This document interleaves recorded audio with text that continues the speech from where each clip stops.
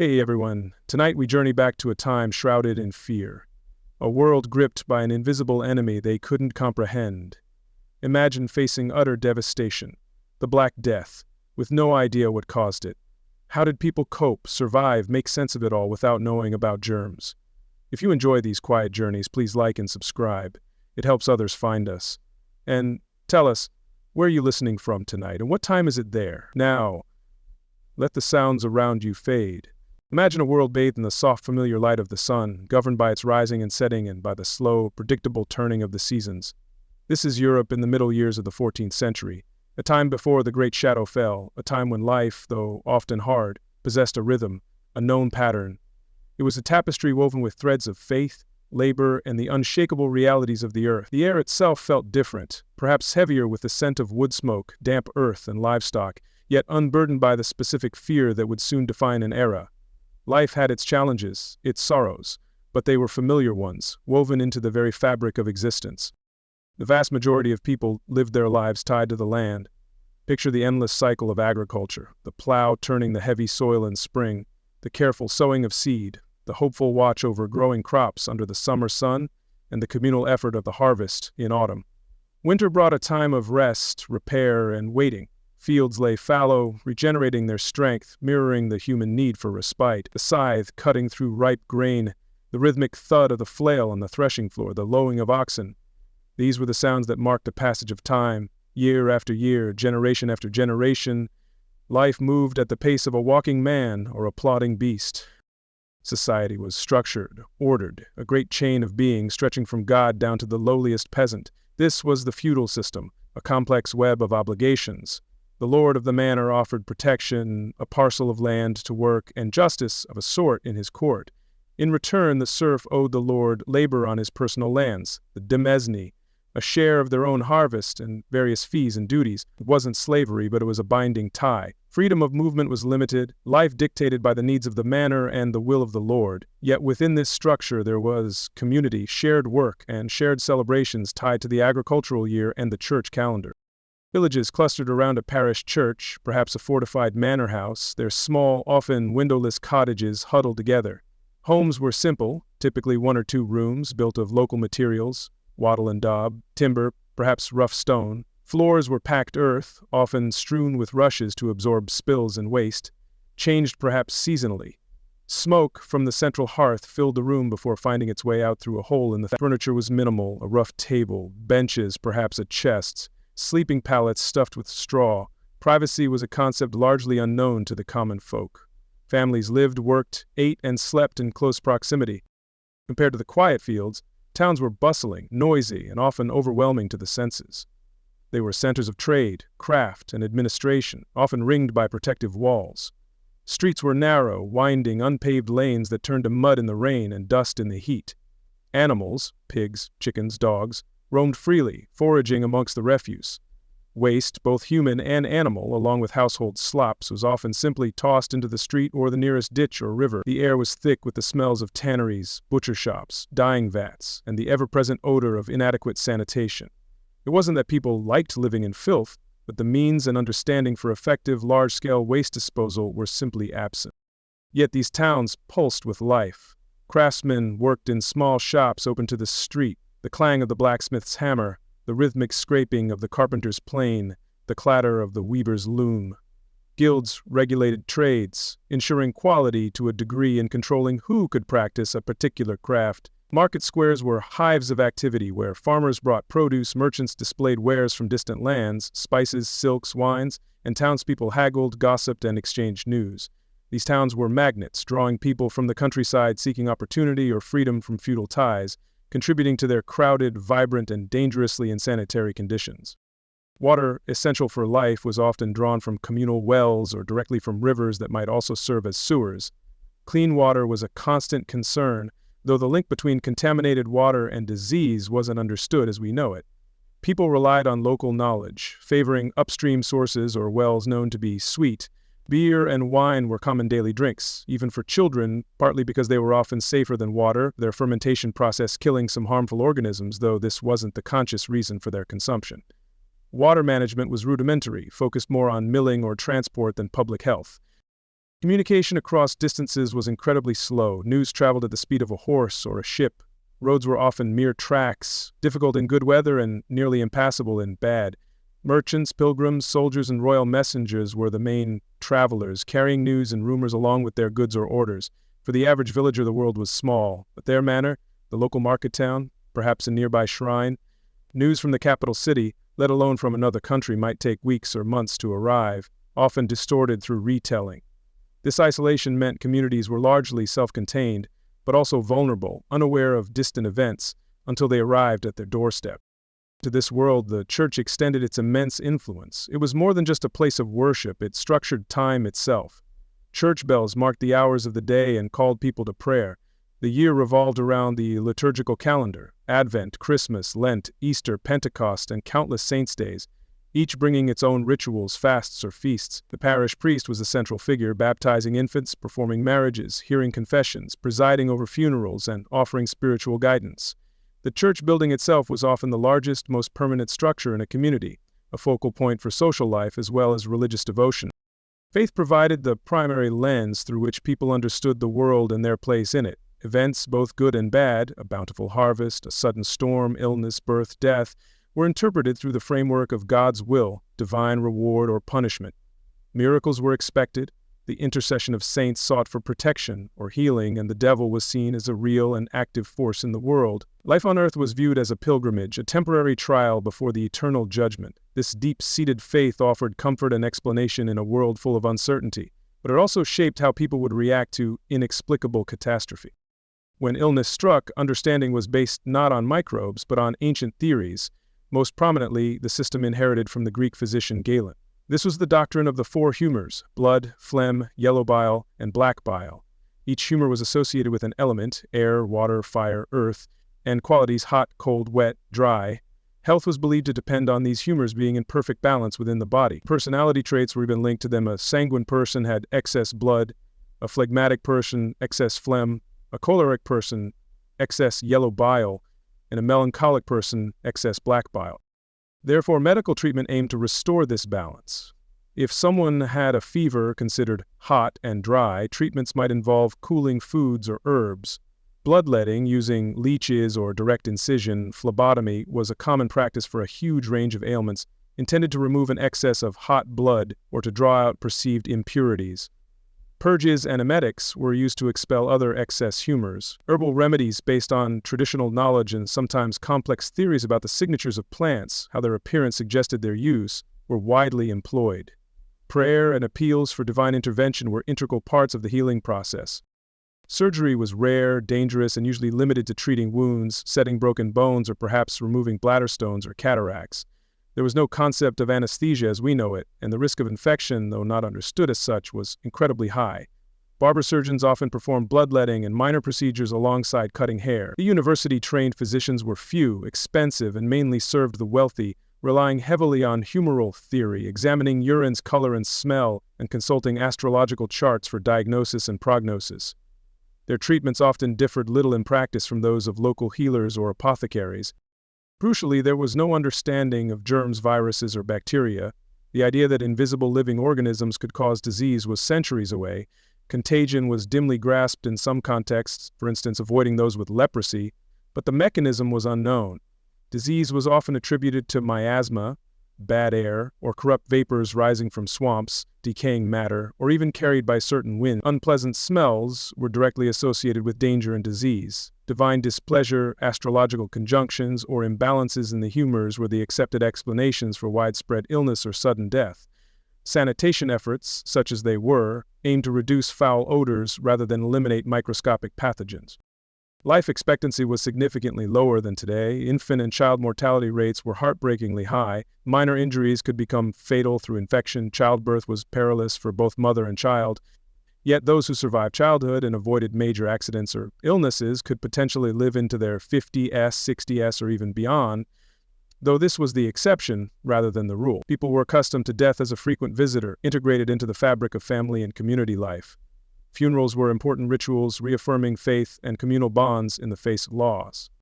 The rhythm of the seasons dictated the agricultural calendar, which in turn shaped daily life for most. Spring meant plowing and planting, long days under the sun. Summer was for tending crops, weeding, and perhaps local festivals. Autumn was the intense labor of harvest, bringing in the grain, fruits, and vegetables that would sustain life through the winter. Winter was shorter days, indoor work like repairing tools, spinning wool, mending clothes, and relying on stored food. This cycle was predictable, demanding, but familiar. It was the heartbeat of the pre-plague world. Social life, while constrained by hierarchy and geography, existed in the shared work of the fields, the gatherings at market, the celebrations of church festivals, weddings, and christenings. Storytelling, music, perhaps, a pipe or fiddle, and simple games offered diversion.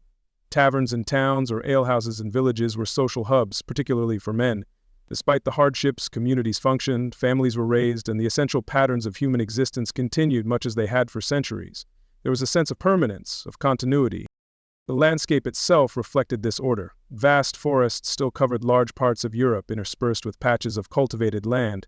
The open field systems with their scattered strips, meadows for grazing, small enclosed gardens near cottages. Rivers provided power for mills and routes for transport. The castles of lords dominated strategic hilltops, while church spires punctuated the skyline of towns and villages, constant reminders of the temporal and spiritual powers that govern life.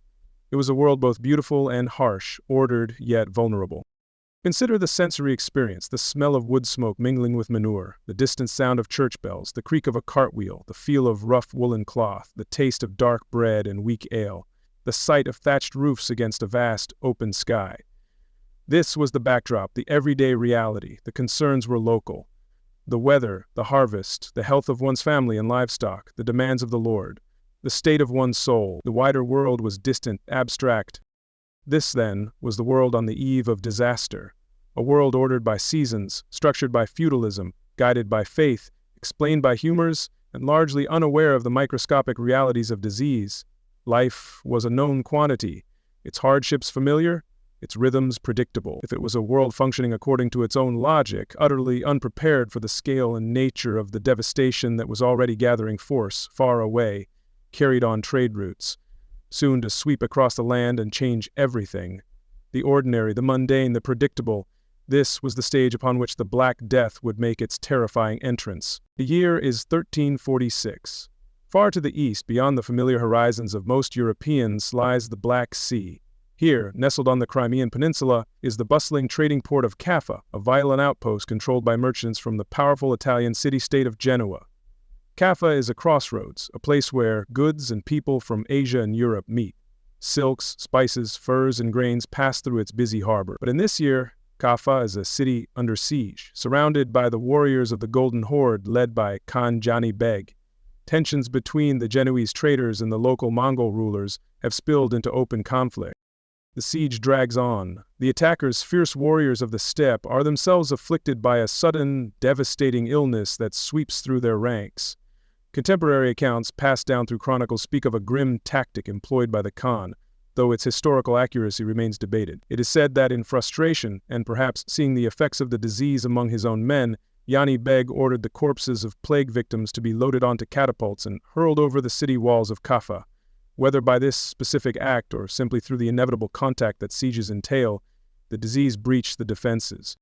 Inside the besieged city, panic must have spread faster than the contagion itself. The Genoese defenders, already strained by the siege, now faced an invisible, terrifying enemy within their walls. People began falling ill with alarming speed, developing strange swellings and burning fevers. Death followed swiftly. Those merchants and sailors who could, desperate to escape both the siege and the spreading sickness, scrambled aboard their trading galleys, setting sail westward, back towards Italy, back towards home. They were fleeing death, but unknowingly they carried it with them, locked within the timbers of their ships. Imagine those vessels now, making their way across the vast, indifferent expanse of the Black Sea. Below decks, in the close, dark confines of the ship, the conditions are grim.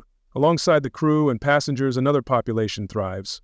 The Black Rat, a common stowaway on trading ships, and upon these rats another passenger travels, the flea, specifically the oriental rat flea, Xenopsilla chiopis. These fleas carry a deadly bacterium, Yersinia pestis, ingested from biting infected rats. As the rats begin to die from the plague aboard the ship, the hungry fleas seek new hosts, the unfortunate humans sharing their confined space.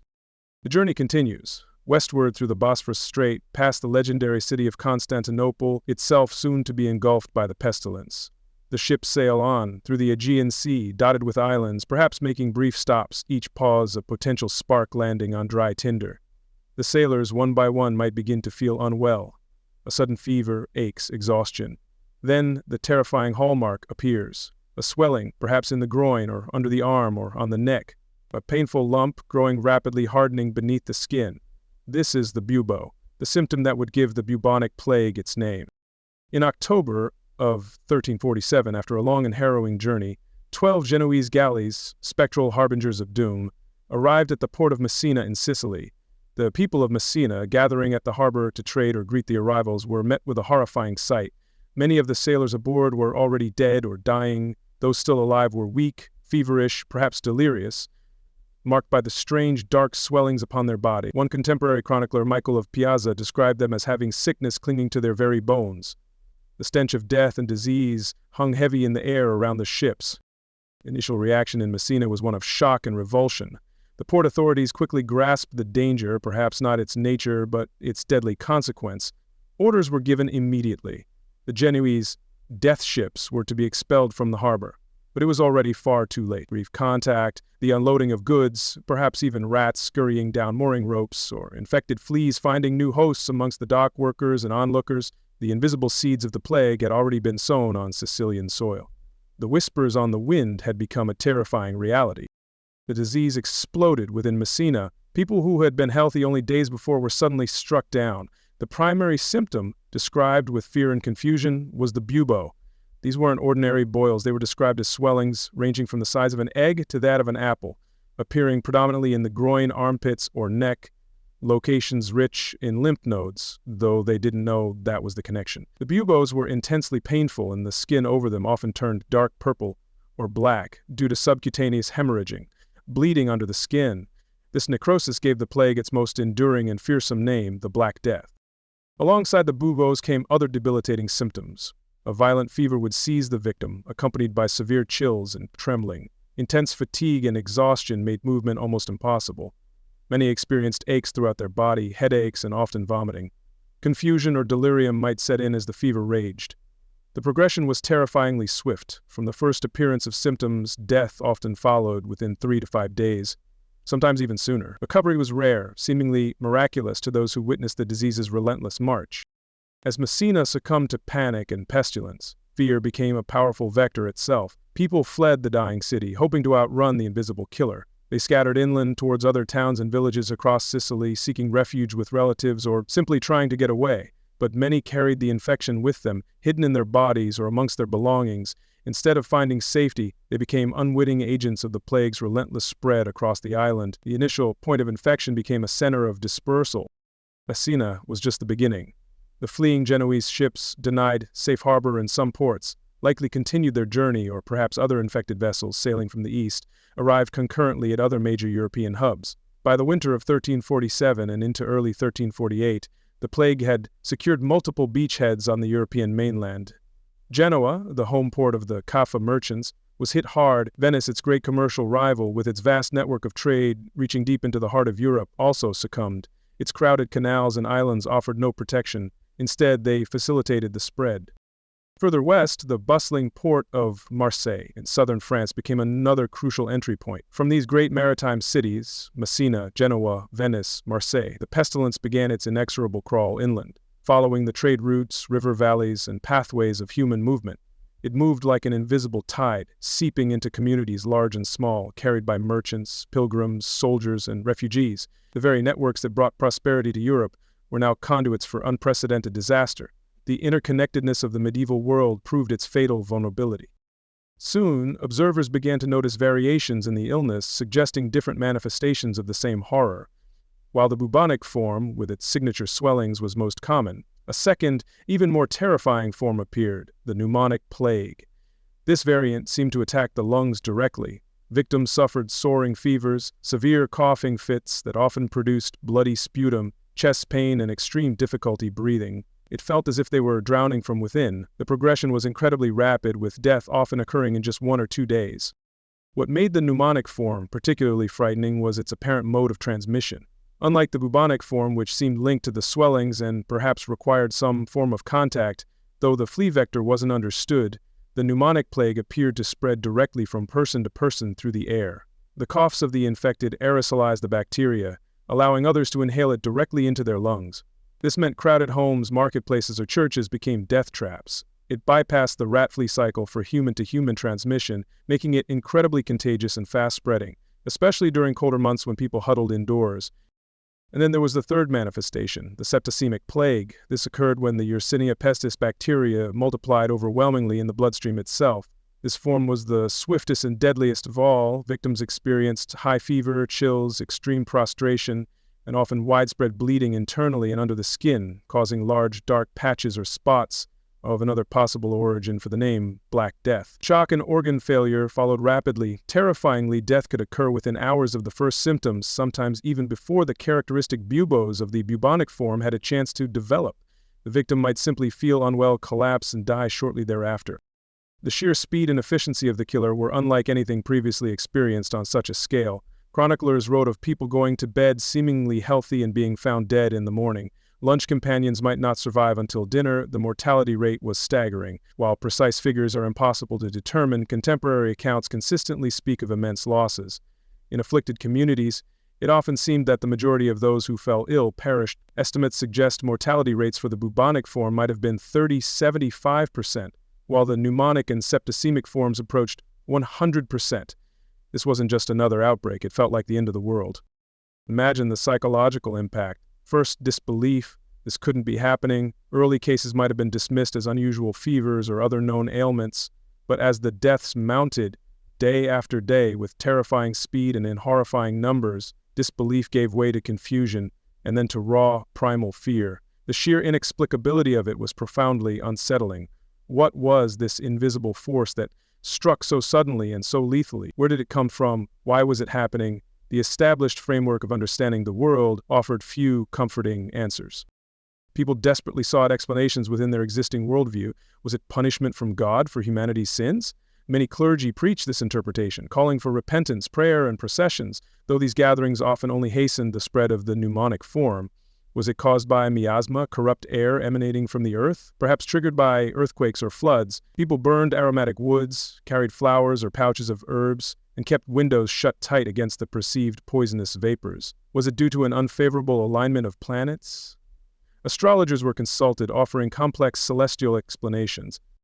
The lack of any concept of germ theory left people utterly defenseless in terms of practical, effective prevention based on the true cause. They couldn't see the enemy, couldn't comprehend transmission by tiny insects or invisible droplets in the air. Their efforts, born of desperation and existing beliefs, like avoiding the sick, burning victims' belongings, or imposing rudimentary quarantines on ships and travelers, the origin of the word quarantine, from the Italian 40 giorni, meaning 40 days, sometimes had limited effect by chance, but lacked the underlying understanding needed for consistent success. Fear began to shred the very fabric of society in the hardest-hit areas. Bonds of family and community, normally strong, dissolved under the intense pressure. Agnolo di Tura, a chronicler from Siena, Italy, wrote hauntingly, "Father abandoned child, wife husband, one brother another, for this illness seemed to strike through the breath and sight. And so they died. And none could be found to bury the dead for money or friendship. And I, Agnolo di Tura, buried my 5 children with my own hands." This abandonment wasn't necessarily born of cruelty, but of overwhelming terror and a desperate instinct for self-preservation in the face of an incomprehensible threat. The physicians trained in the theories of humors were largely powerless. Their traditional methods of bloodletting, purging, and prescribing herbal concoctions based on balancing heat, cold, wetness, and dryness had no effect on the bacterial onslaught. Many doctors bravely tended to the sick, often succumbing themselves. Others, understandably terrified and lacking effective treatments, refused to visit plague patients or fled afflicted towns altogether, leaving the populace without medical care, however inadequate it might have been. Priests and monks also faced a terrible dilemma. Their duty called them to administer last rites, hear confessions, and offer comfort to the dying. Yet this brought them into close contact with the infected, especially those with the highly contagious pneumonic form. Many clergy members died carrying out their duties, leading to a shortage of priests and further despair among the populace. Some, like the physicians, understandably fled or refused to enter plague-stricken homes. The spiritual solace that the church normally provided was severely compromised just when it was needed most. The sheer number of dead quickly overwhelmed traditional burial practices. Churchyards filled rapidly. Soon there were not enough people left alive and willing to dig individual graves. Mass graves were dug outside city walls, great pits into which bodies were thrown layer upon layer, often with only a sprinkling of earth between them. Giovanni Boccaccio, in his famous Decameron, described scenes in Florence. They dug for each graveyard pits, in which they put the dead by hundreds, layering them like merchandise in a ship's hold. The dignity of death was lost, replaced by the grim necessity of disposing of corpses as quickly as possible. Towns and cities that had bustled with life fell eerily silent or echoed with the sounds of mourning and the rumble of death carts. Shops closed, markets emptied, fields lay untended as laborers fell sick or fled. Normal life ceased. The primary activities became caring for the sick, often futilely, and disposing of the dead. The initial whispers of rumor from distant Capo had transformed into a devastating roar that was beginning to engulf Europe, leaving shock, confusion, and unimaginable grief in its wake. The shadow was no longer approaching. It had arrived. The world of 1347 and early 1348 was fundamentally shaken. The predictable rhythms, the established order, the confident faith described earlier, all were profoundly challenged by this sudden, inexplicable, and devastating arrival. People looked at their neighbors, their family members, even the air they breathed, with a new and terrible suspicion. How could one survive when death could strike so invisibly, so swiftly, from anywhere? The initial phase was one of terrified reaction. The phase of desperate coping was about to begin. The plague had landed and its grip was tightening. All right, let's settle back into that quiet space. The world we're observing is now gripped by something terrifying and utterly baffling. The plague rages, death is sudden and widespread, and the most pressing question echoing in every mind, from the peasant's hut to the scholar's study, is simply, why? Why is this happening? Without the knowledge we possess today, they searched desperately for answers in the darkness, guided only by the flickering lights of their existing beliefs and observations. Let's explore their attempts to understand, delving deeper into the reasoning that shaped their desperate search. Chapter: Searching for Answers in the Dark. Faced with an enemy they could not see, define, or comprehend through familiar experience, the people of the mid-14th century turned to the frameworks they knew. Explanations were desperately sought, not just out of intellectual curiosity, but out of a primal need to make sense of the surrounding chaos, to find some cause, any cause, that might offer a path towards protection or appeasement. Their search led them down several distinct, yet sometimes overlapping avenues of thought, each logical within the confines of their understanding of the cosmos, the body, and the divine. The sheer novelty and virulence of the disease demanded extraordinary explanations. One of the most influential and widespread explanations centered on the concept of miasma. This ancient theory, dating back to Greek and Roman physicians like Hippocrates and Galen, proposed that disease, particularly epidemics, was caused by bad air or corrupt vapors. This wasn't just polluted air in the modern sense. It was thought to be a poisonous effluence rising from the earth or descending from the heavens, capable of sickening and killing entire populations almost instantly upon inhalation or contact. It was an invisible, malevolent quality within the atmosphere itself, a pervasive contamination of the very medium of life. Where did this miasma originate? People believed it could arise from various sources. Rotting organic matter was a prime suspect, decaying corpses left unburied, an increasingly common sight during the plague. Animal carcasses, offal from butchers, wastes from tanneries, garbage festering in the streets, stagnant water in swamps and marshes, and poorly maintained latrines. These sources produced foul odors, and in the medieval mind, the offensive smell was intrinsically linked to the danger itself. Bad smell was bad air. The stench was the poison. It was a direct sensory confirmation of perceived peril, a warning signal from the environment. The perceived danger wasn't limited to swamps or city gutters. Certain winds, particularly warm, moist winds blowing from the south, were believed to carry miasma over long distances. Proximity to certain geological features, like stagnant lakes or even coastal areas under specific atmospheric conditions, could be deemed unhealthy. The very earth itself could be implicated. Some scholars theorized that miasma was released through fissures and cracks opened by earthquakes, allowing poisonous subterranean vapors to escape and mingle with the breathable air above ground. The entire environment felt potentially suspect. Other sources were also blamed. Some believed that earthquakes or volcanic eruptions could release trapped poisonous gases from deep within the earth, corrupting the air for miles around. Unusual weather patterns, such as prolonged periods of southerly wind, damp fogs, or unseasonable heat, were thought to carry or generate miasma. Even celestial events like comets streaking across the night sky or eclipses were sometimes interpreted as omens of or triggers for atmospheric corruption. The universe, in this view, could directly taint the air humans breathed, linking earthly suffering to cosmic disturbances. This theory seemed logical based on observation. People often did get sick in areas known for foul smells like overcrowded, unsanitary city districts or marshy regions. While we now understand this is due to factors like bacteria thriving in waste, contaminated water sources, or disease vectors like mosquitoes breeding in stagnant water, they lack the framework to see these connections. Bob and Conley's negative effects on the mind, miasma provided a direct, observable explanation that fit their experience. Bad smells correlated with sickness, therefore bad smells caused sickness. It was a theory grounded in direct sensory perception, making it highly intuitive. Consequently, many preventative measures focused on combating this perceived bad air. Cleaning streets of filth and refuse was encouraged, partly to remove the source of the stench. Civic authorities sometimes ordered the removal of dung heaps or the cleaning of butcher stalls. Attempts might be made to drain nearby swamps or stagnant pools, believing this would lessen the source of corrupt vapors. These measures, while based on flawed theory, sometimes inadvertently improved general hygiene or reduced vector breeding grounds, offering perhaps a tiny measure of coincidental benefit.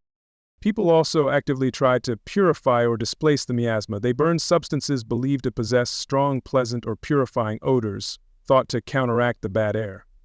Juniper, rosemary, laurel, pine resin, vinegar, sulfur, and incense were commonly burned indoors and sometimes even in large bonfires in public squares, hoping the smoke would drive away the pestilence. The smoke, carrying its own potent scent, was thought to cleanse the atmosphere or create a protective barrier of good air around homes and communities. It was an attempt to fight smell with smell, poison with perfume. Individuals carried personal defenses against miasma. Wealthier people might hold pomanders, small ornate balls, often made of silver or gold, filled with expensive aromatic substances like ambergris, musk, cloves, camphor, or complex herbal mixtures close to their noses when venturing out into potentially contaminated areas. Poorer folk might simply carry bunches of less expensive but still fragrant flowers or herbs. The origin, perhaps, of the children's rhyme, Ring-a-ring-a roses, a pocket full of posies, though this link is debated by historians. It was a small shield of scent against an invisible enemy, keeping windows and doors tightly shut, especially on the south side, believed to carry infectious winds from plague-ridden lands, was common advice. Fumigating houses by burning herbs or sprinkling vinegar was practiced.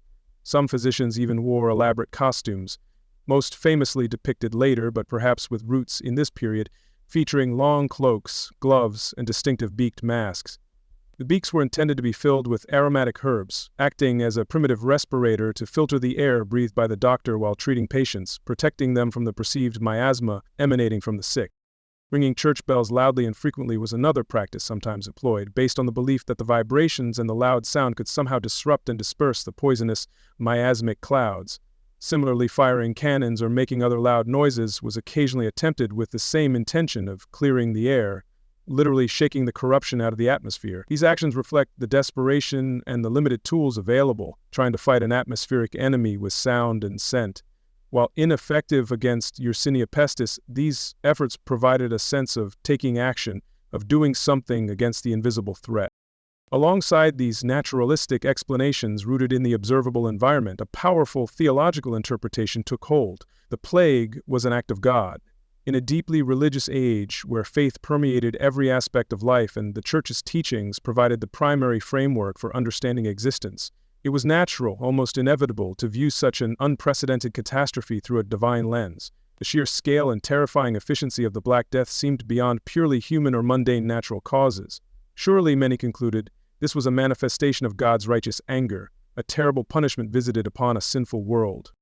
What specific sins had provoked such divine fury?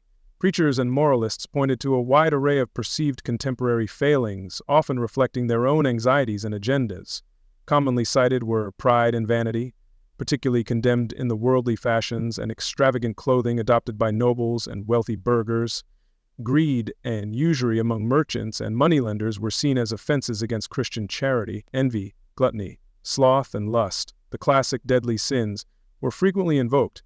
Widespread blasphemy, profane swearing, and a perceived decline in piety and observance of religious duties also featured prominently in sermons explaining the plague's origins. Corruption within the church itself was sometimes mentioned, adding to the sense of pervasive moral decay. This interpretation, while terrifying, offered a certain kind of logic and order amidst the chaos. If the plague was caused by sin, humanity's collective transgression against divine law, then the solution, theoretically, lay in repentance and atonement.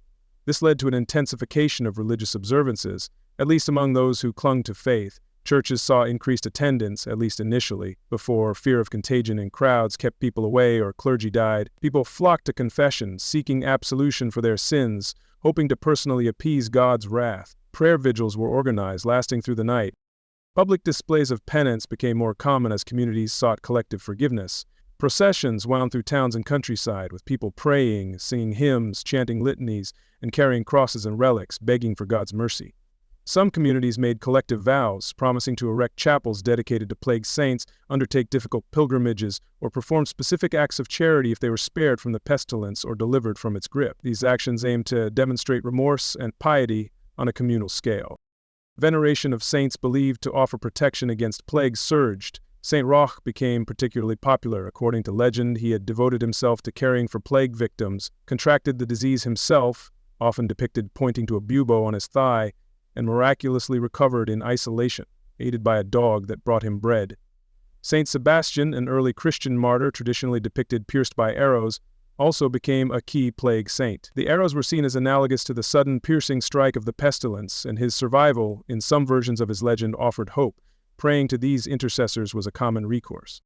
The most extreme manifestation of this penitential response was the flagellant movement, which erupted sporadically, particularly in Germany and the Low Countries. Groups of people, often numbering in the hundreds, traveled from town to town, stripped to the waist, chanting prayers, and publicly whipping themselves with knotted cords, sometimes tipped with metal, until they drew blood. They saw themselves as imitating Christ's suffering, atoning for their own sins and the sins of the world through self-mortification, hoping their extreme penance would appease God's anger and end the plague. While initially welcomed by some, their processions often bypassed local church authority, sometimes involved anti-clerical or heretical sentiments, and tragically contributed to spreading the plague further. The divine wrath theory provided a comprehensive framework for understanding suffering and offered a potential path to deliverance through spiritual means. It reinforced the church's authority, or highlighted perceived failings within it, and the importance of faith in daily life. However, it also created immense psychological burdens, layering guilt and spiritual anxiety on top of the physical terror of the disease. Leaving oneself or one's community responsible for invoking divine punishment could be crushing. Furthermore, it offered no practical defense against infection, and large religious gatherings meant to appease God often tragically facilitated the spread of the highly contagious pneumonic form of the plague. A third major explanatory framework involved the stars and their influence. Astrology held significant sway in the medieval world, viewed not as mere superstition but as a complex mathematical science, deeply intertwined with medicine, philosophy, and even politics. It was widely believed that the movements and alignments of celestial bodies, the sun, moon, and planets, exerted a direct and predictable influence on events on Earth. This included the weather, the success of harvests, the outcomes of wars, the fortunes of kingdoms, and significantly, the health and temperament of individuals. Physicians, especially those university-trained, often incorporated astrological calculations into their diagnoses and prognoses. They believed that planetary positions at the time of a person's birth influenced their fundamental constitution, their balance of humors, and that ongoing celestial movements affected their susceptibility to illness. Treatments might be timed according to favorable or unfavorable astrological aspects. Therefore, when seeking the cause of a massive, unprecedented event like the Black Death, it was natural for the learned elite to look to the heavens for answers. When seeking the ultimate cause of the Black Death, learned scholars, particularly those at esteemed institutions like the University of Paris medical faculty, turned to the heavens. In a famous report commissioned by the King of France in 1348, they attributed the plague primarily to a specific astrological event, a triple conjunction of the planets Saturn, Jupiter, and Mars that had occurred in the sign of Aquarius on March 20th, 1345. This alignment of three major planets in one sign was considered exceptionally rare, powerful, and ominous. Each planet was associated with specific qualities and influences derived from centuries of astrological tradition. Saturn was generally considered malefic, cold and dry, linked to melancholy, chronic diseases, old age, limitations, and death. Mars was also often seen as malefic, hot and dry, associated with anger, conflict, war, fevers, acute illnesses, and bloodshed. Jupiter, conversely, was typically seen as the great benefit, warm and moist, associated with expansion, fortune, moderation, and health. The sign of Aquarius, an air sign, was linked by the Paris physicians to the perceived transmission of the disease through the atmosphere, neatly tying the astrological cause back to the pervasive miasma theory. The Paris physicians interpreted this specific conjunction as doubly dangerous. The combination of Saturn's deathly influence and Mars's association with pestilential fevers was potent enough. Furthermore, they believed that Jupiter, normally protective, was overwhelmed or had its benevolent influence corrupted by the proximity of the two malevolent planets in the Aries sign. This celestial configuration, they argued, caused a deadly corruption of the air, drawing up evil vapors from the earth and water, particularly in the east, which were then spread globally by winds, causing the widespread pestilence. Other celestial phenomena were also cited as contributing factors or omens. Comets, traditionally viewed as harbingers of disaster, famine, or the death of rulers, were noted by some chroniclers in the years preceding the plague. Eclipses, particularly lunar eclipses, were also sometimes seen as signs of impending doom or contributing to the atmospheric imbalance. These interpretations reinforced the idea that the plague was part of a larger cosmic disturbance, predictable to those who could read the signs in the heavens.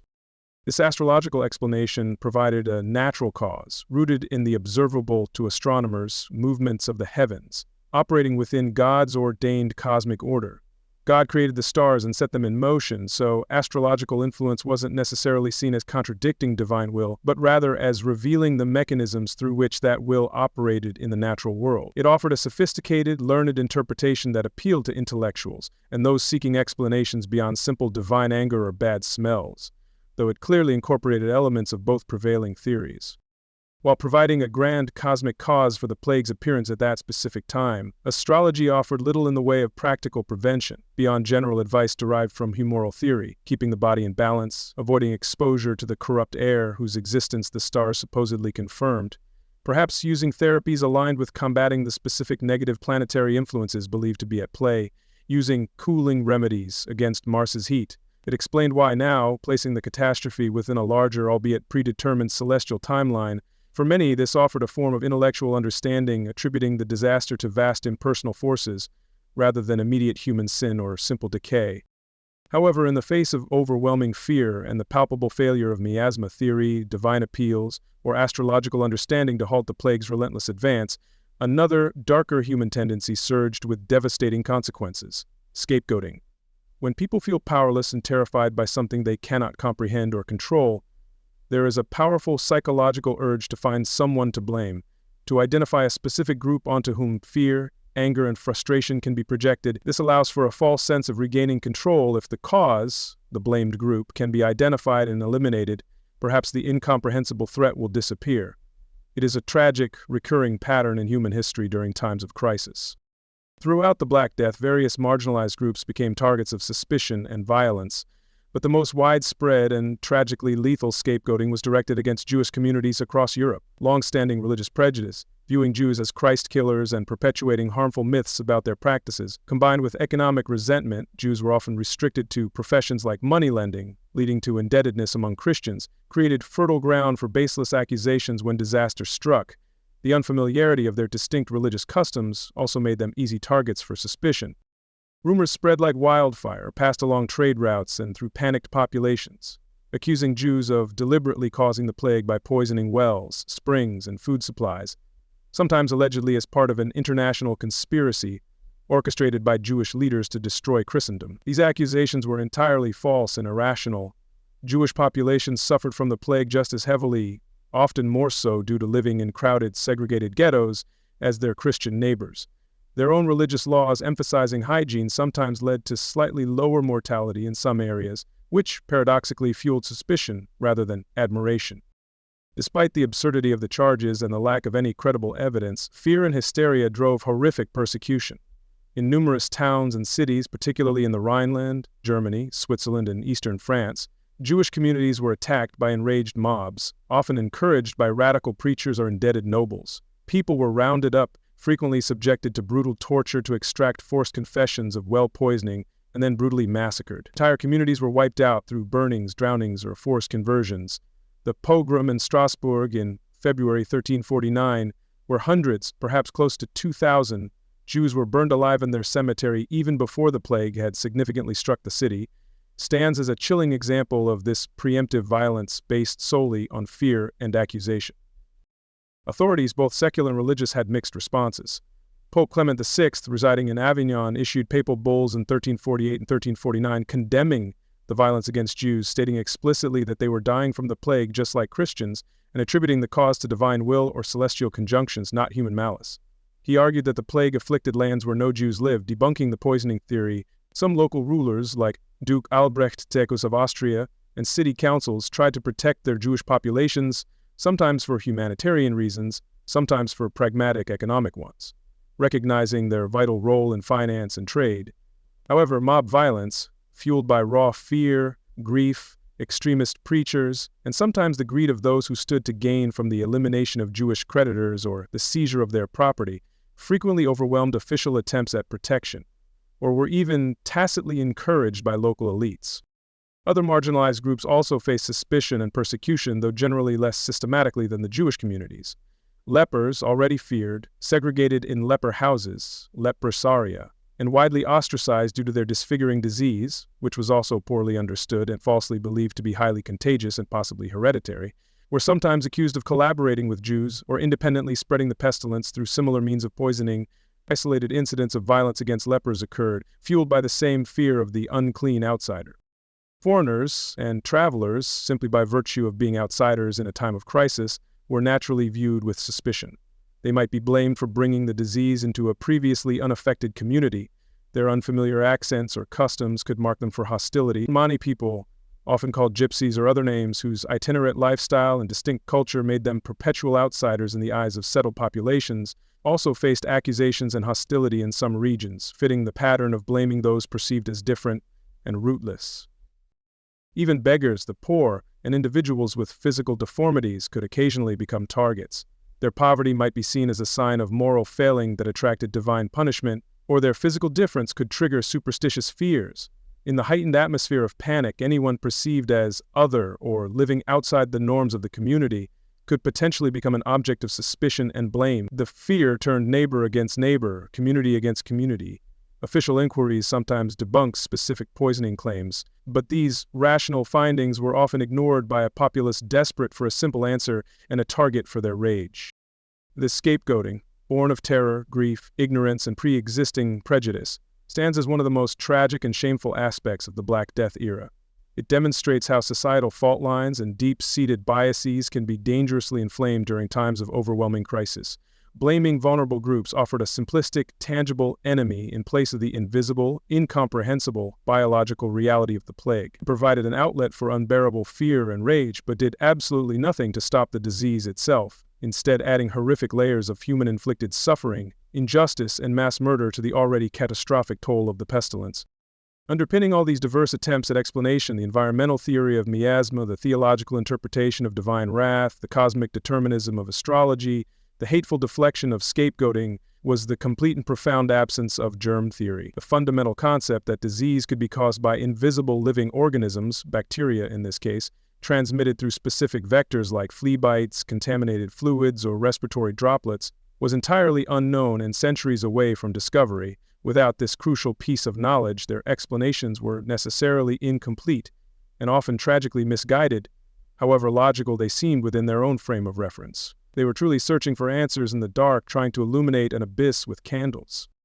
They meticulously observed correlations. Bad smells often accompanied sickness, sin seemed rampant while suffering abounded, planetary movements coincided with earthly events, outsiders were always present when misfortune struck, and they drew conclusions based on the best intellectual and cultural tools available to them.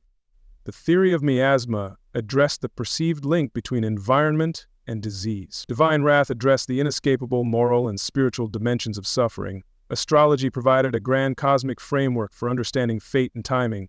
Scapegoating offered a tangible human target for unbearable fear and anger. Each theory, in its own way, attempted to impose some kind of order, some narrative, some explanation, onto an event that fundamentally defied their understanding of the natural and supernatural world. It's crucial, therefore, as we look back from our privileged position of scientific knowledge gained over subsequent centuries, to approach these medieval explanations with a degree of empathy and historical context. They were not necessarily foolish or deliberately ignorant. They were intelligent human beings using the intellectual frameworks and cultural assumptions they possessed to grapple with an existential threat of almost unimaginable proportions. Their desperate, often flawed, search for answers reveals not only the profound limits of their scientific knowledge, but also their fundamental, enduring human need to understand, to find meaning, to impose order, even in the midst of overwhelming, inexplicable, and terrifying catastrophe. The darkness was profound, and their flickering lights of understanding inevitably cast long, often distorted, and sometimes deeply tragic shadows. All right, let the sounds around you continue to fade. We've explored the desperate search for why the plague was happening, delving into theories of bad air, divine judgment, stellar influence, and scapegoating. Now, with these flawed maps in hand, we turn to the desperate actions people took, the remedies and preventative measures born from fear, faith, and the limited medical understanding of the time. What did they actually do when the shadow fell upon their homes? Chapter: Desperate Remedies and Preventatives.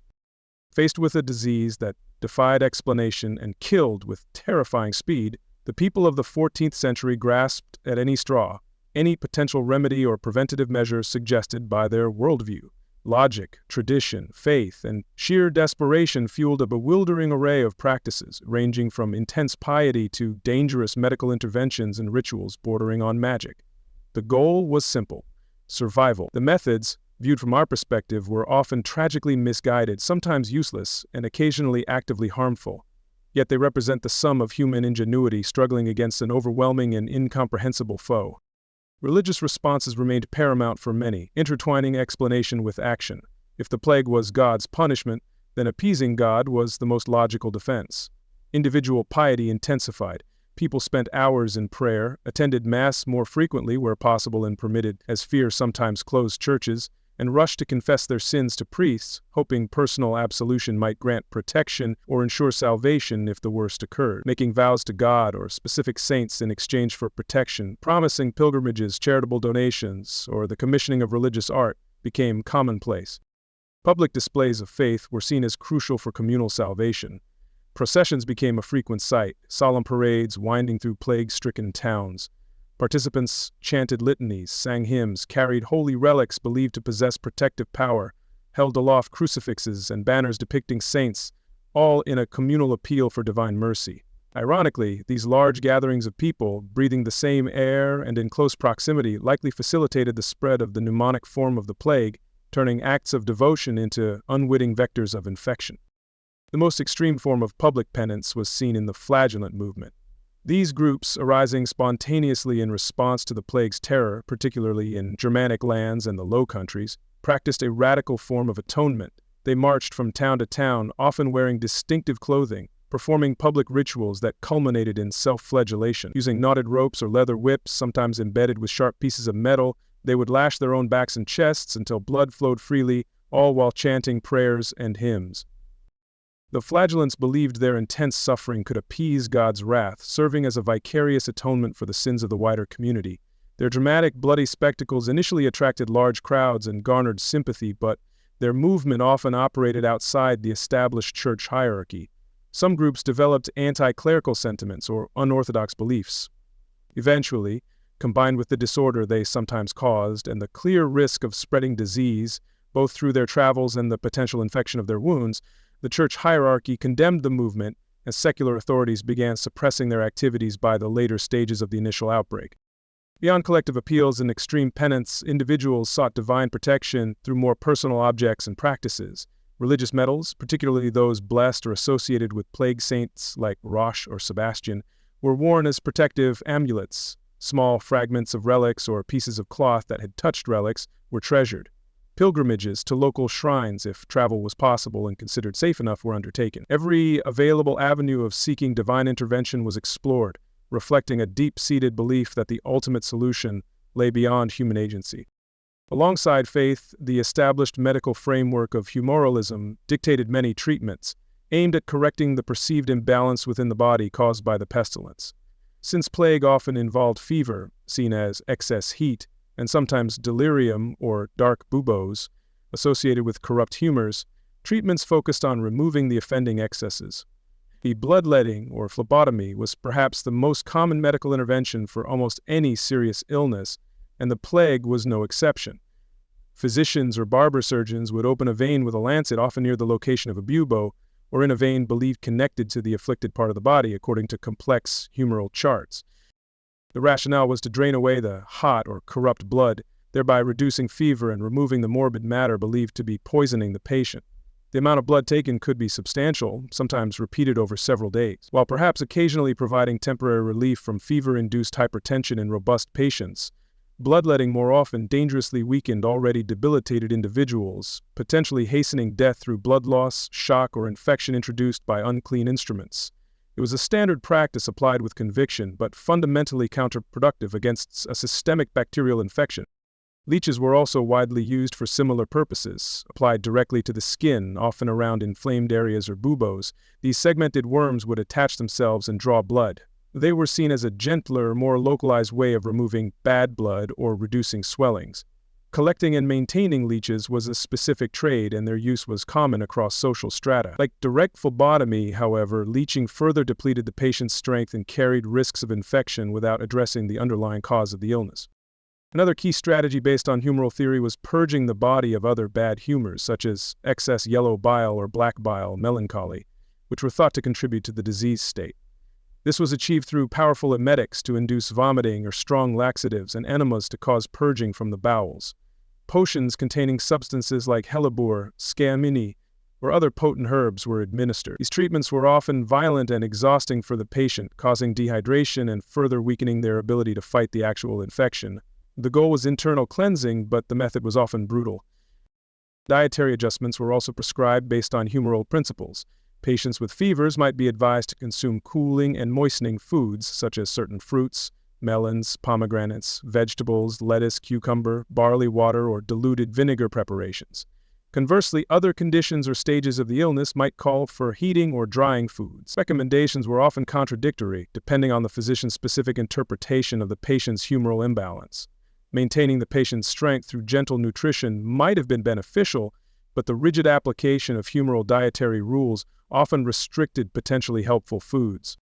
Direct treatment of the buboes themselves was attempted, representing a focal point of the visible disease. Some practitioners advocated for lancing the swellings with a knife once they had ripened, become softer, hoping to release the venom or poison trapped within. This was an incredibly painful procedure, performed without anesthesia, and carried an enormous risk of spreading the Yersinia pestis bacteria directly into the bloodstream, potentially triggering fatal septicemia or causing secondary bacterial infections in the open wound. After lancing, or sometimes even on unopened buboes, various poultices and plasters were applied. These could range from relatively benign mixtures of clay, herbs like lily root, mallow, or onion, and bread, to more bizarre and unpleasant concoctions. Some recipes called for mixtures containing dried animal excrement, believed to draw out poison, figs, butter, or even arsenic compounds. The intention was always to draw out the morbid matter or soothe the inflammation, but the effectiveness was negligible, and some applications could cause further irritation or introduce infection. Preventative measures based on the miasma theory were equally widespread, focusing on purifying the air or avoiding exposure to perceived bad air. Fumigation of homes and public spaces was common. People burned aromatic woods like juniper, pine, ash, or rosemary, either in hearths or in portable braziers carried through rooms. Sulfur and sometimes even arsenic were burned for their strong fumes, believed to powerfully counteract miasma. Vinegar was often boiled or sprinkled around rooms, its sharp scent thought to cut through the corrupt air. These practices filled homes with strong smells, offering perhaps psychological comfort but no real protection. Personal air purification involved carrying or wearing aromatic substances. Pomanders, small containers filled with potent mixtures of musk, ambergris, camphor, cloves, nutmeg, dried flowers, and various herbs were held to the nose when walking outdoors or near sick individuals. Simpler versions involved carrying bunches of strong-smelling herbs like rue, wormwood, mint, or rosemary. The pocket full of posies. The idea was to constantly breathe good air, created by these pleasant or pungent scents, forming a protective olfactory shield against the invisible miasma. Environmental controls aimed at removing sources of miasma were also attempted, especially by civic authorities. Efforts were made to clean streets of garbage, animal waste, and other refuse. Butchers might be ordered to dispose of offal more carefully. Sometimes, attempts were made to drain stagnant pools or limit activities like tanning within city walls. People were advised to keep windows shut, particularly those facing south or overlooking smelly areas like swamps or graveyards. The ringing of church bells and firing of cannons continued, aimed at disrupting the air itself. These measures, while promoting some degree of public hygiene, were based on the wrong premise. Bathing practices during the plague were subject to contradictory advice, reflecting confusion about how miasma worked. Some authorities warned against frequent bathing, especially in hot water, arguing that it opened the pores of the skin, making the body more vulnerable to absorbing the poisonous vapors from the air. Others recommended bathing, but only with specific additives like vinegar or herbal infusions, believed to have protective qualities. This inconsistency highlights the uncertainty surrounding even basic hygiene in the face of the unknown threat. Beyond established religious and medical practices, a vast array of folk remedies, magical charms, and desperate experiments emerged. Belief in the protective power of amulets and talismans was strong. People wore special pendants, inscribed with religious symbols, prayers, or magical words. Certain gemstones, like emeralds or sapphires, were believed to ward off poison or disease. Coral was thought to protect against evil influences. Objects that had touched saints' relics or even earth from holy sites were carried for protection. Specific rituals and charms were passed down through oral tradition or found in folk magic texts. Reciting certain psalms or prayers repeatedly was believed to confer immunity. Drawing protective symbols like crosses or complex magical sigils on doorways or wearing them on one's person was practiced. Some rituals involved specific actions performed at particular times, like sunrise or during certain phases of the moon, reflecting a blend of folk belief and astrology. These practices offered psychological comfort and a sense of agency when official methods failed. Perhaps the most desperate remedies involved ingesting bizarre or dangerous substances. Potions containing powdered precious gems, based on the idea that rarity and value conferred power, were sometimes consumed by the wealthy. Powdered unicorn horn, usually narwhal tusk or rhinoceros horn, was highly prized as an antidote to poison, including plague. More dangerously, toxic substances like arsenic, mercury, or antimony were sometimes ingested in small quantities, based on the principle that one poison might drive out another. These remedies often caused severe illness or death themselves. Complex herbal mixtures, known as theriacs, were also popular, especially among the wealthy. These were elaborate concoctions containing dozens, sometimes hundreds of ingredients, including herbs, spices, minerals, and occasionally animal products like viper's flesh. Originating in antiquity as universal antidotes, they were adapted and prescribed during the plague, believed to strengthen the body and resist the pestilence. While some herbal ingredients might have had mild beneficial effects, the overall efficacy of these complex and expensive mixtures against Yersinia pestis was nil. Some folk remedies were based on sympathetic magic, the idea of transferring the disease to another object or creature. One particularly striking example, recorded by the later English surgeon Thomas Vickery, involved applying the warm underside of a live plucked chicken repeatedly to the plague buboes. It was believed the chicken would draw the venom out of the swelling and into itself, eventually dying and thus curing the patient. Similar practices involving pigeons or other animals were also reported. While seemingly bizarre, this reflects the desperation to find any method that might work. Amidst this landscape of fear and futile treatments, the figure of the plague doctor emerged, particularly as the plague became recurrent. These were often not established physicians with wealthy clients, but rather municipal doctors hired by towns specifically to treat plague victims, especially the poor.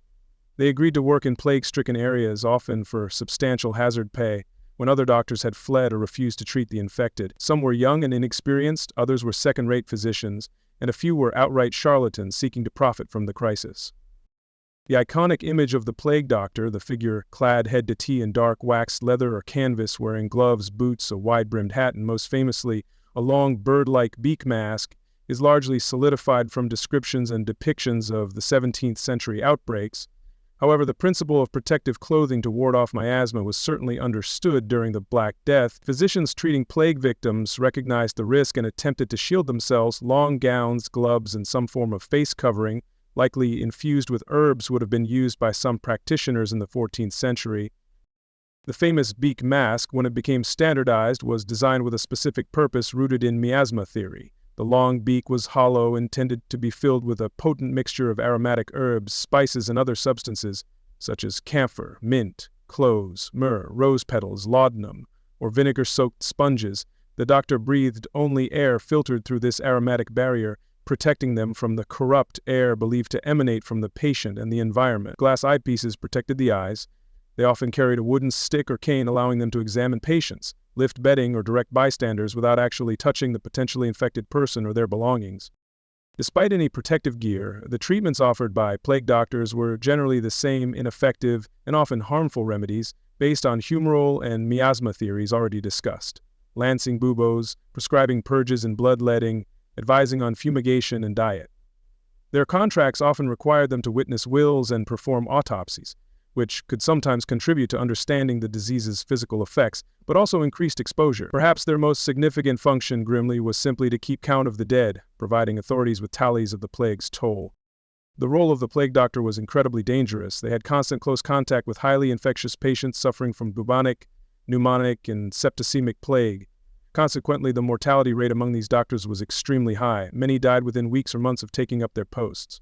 They were figures both necessary and feared, symbols of the pestilence itself, walking embodiments of the desperate, dangerous, and often futile struggle against the overwhelming power of the Black Death.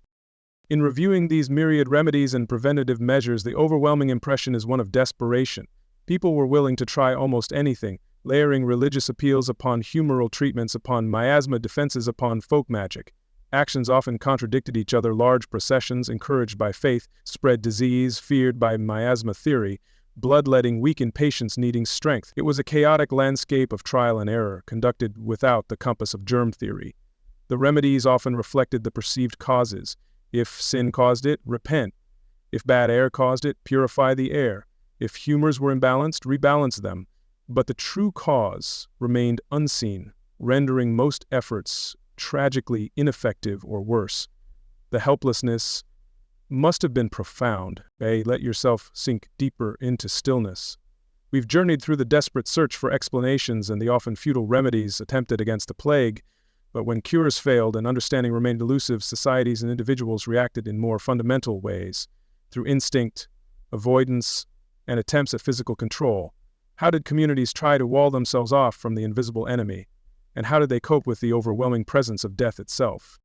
Landstag veteran Jordan Sibstick. Chapter: Flight, Fortification, and Containment. As the futility of many remedies became apparent and the plague continued its relentless march, raw survival instincts began to dominate responses. If the pestilence could not be cured or appeased, perhaps it could be outrun. If it could not be driven away, perhaps it could be walled out. And if death became overwhelmingly commonplace, pragmatic, impersonal methods would be needed to deal with its grim harvest. These reactions, flight, isolation, and mass burial, became defining features of the Black Death era, revealing both social fault lines and the desperate attempts to impose order on chaos. The simplest and most primal reaction to immediate danger is often flight. For those who had the means, escaping the densely populated, disease-ridden towns and cities seemed the most logical course of action. The wealthy elite, nobles, rich merchants, high-ranking clergy, possessed country estates, rural manors, or secluded villas far from the crowded urban centers where the plague often raged most fiercely. Packing up essential belongings and servants, they retreated to the perceived safety of the countryside, hoping distance and fresh air would protect them. This phenomenon is famously captured in literature, most notably in Giovanni Boccaccio's Decameron. The book's framing story depicts 7 young women and 3 young men of Florence's upper class who flee the plague-ravaged city in 1348 for a luxurious villa in the Tuscan hills. There, amidst beautiful gardens and relative comfort, they pass the time waiting out the epidemic by telling stories to each other, 100 tales that form the body of the work. While a literary device, it reflects a real strategy employed by those who could afford it. The journey itself, however, could be perilous, not just from bandits on poorly maintained roads, but because fleeing individuals might already be incubating the disease. Servants accompanying their masters or merchants moving their base of operations could unknowingly carry Yersinia pestis along the routes of escape, inadvertently introducing the plague to previously untouched villages and rural areas. Flight protected the individual, perhaps, but potentially at the cost of spreading the contagion further across the landscape. The departure of the wealthy and powerful had a profound impact on the cities they left behind. Streets grew quieter, markets thinned, workshops closed, municipal governance sometimes faltered as officials fled or succumbed. The burden of care, administration, and essential services fell disproportionately on those who remained: the working poor, lower clergy, and dedicated civic servants or physicians who chose to stay. Cities transformed into eerie landscapes, punctuated by the sounds of mourning, the rumble of death carts, and the unsettling silence of abandoned homes and businesses. This exodus highlighted the stark social stratification of the time. Survival in this context could literally be bought. Those with resources had options, however uncertain. Those without, the vast majority of the urban populace, were largely trapped. Forced to face the pestilence with little hope of escape, they remained in the crowded, often unsanitary conditions where the plague thrived, relying on failing remedies, faith, and sheer luck. And the emptied mansions of the rich stood in stark contrast to the teeming, terrified tenements of the poor. While some fled, others tried to fortify themselves against the invisible invader. Even without understanding germs, observers noticed that proximity to the sick seemed dangerous. This led to intuitive, if often inconsistently applied, efforts at separation and isolation, the rudimentary beginnings of public health interventions and quarantine. The core idea was simple: keep the sickness contained, prevent it from entering, or wall it off once it arrived. This required communal action and civic authority, moving beyond purely individual responses. The maritime Republic of Venice, a major trading hub heavily reliant on sea traffic, was among the pioneers in developing systematic isolation procedures. Recognizing that ships arriving from the east often seemed to coincide with outbreaks, Venetian authorities began implementing controls at their port. Initially arriving ships suspected of carrying plague were required to anchor offshore for 30 days, a period known as Trentino. This waiting period was intended to allow any latent disease to manifest itself before crews or cargo were allowed ashore. Later, perhaps influenced by the symbolic resonance of the number 40 in Christian tradition, the 40 days of Lent, Noah's flood, Moses on Mount Sinai, Jesus in the wilderness, this isolation period was extended to 40 days. This practice became known as quarantena from the Italian. While the duration wasn't based on scientific incubation periods, which are much shorter for plague, the principle of isolating potential carriers was a rational, if burdensome, step towards limiting importation of the disease. Other port cities, like Ragusa, modern Dubrovnik, and Marseille, adopted similar measures. On land, cities attempted analogous forms of fortification. City councils might order the gates shut to travelers arriving from known plague regions. Guards were posted to control entry and exit. Sometimes, travelers were required to carry faldellas, or health passes, crude certificates attesting that they came from a plague-free area, though these were easily forged or unreliable. Attempts were made to establish cordons sanitaires, guarded barriers around entire towns or districts to prevent movement in or out. These measures aimed to create a protective bubble around the community. However, enforcing such controls was immensely difficult. Land borders are far more porous than sea lanes. People could find ways around checkpoints, bribe guards, or use lesser-known routes. Trade, essential for survival, created constant pressure to allow merchants and goods to pass. Furthermore, shutting gates often meant trapping the existing population inside with the disease if it had already gained entry, potentially making things worse for those within the walls.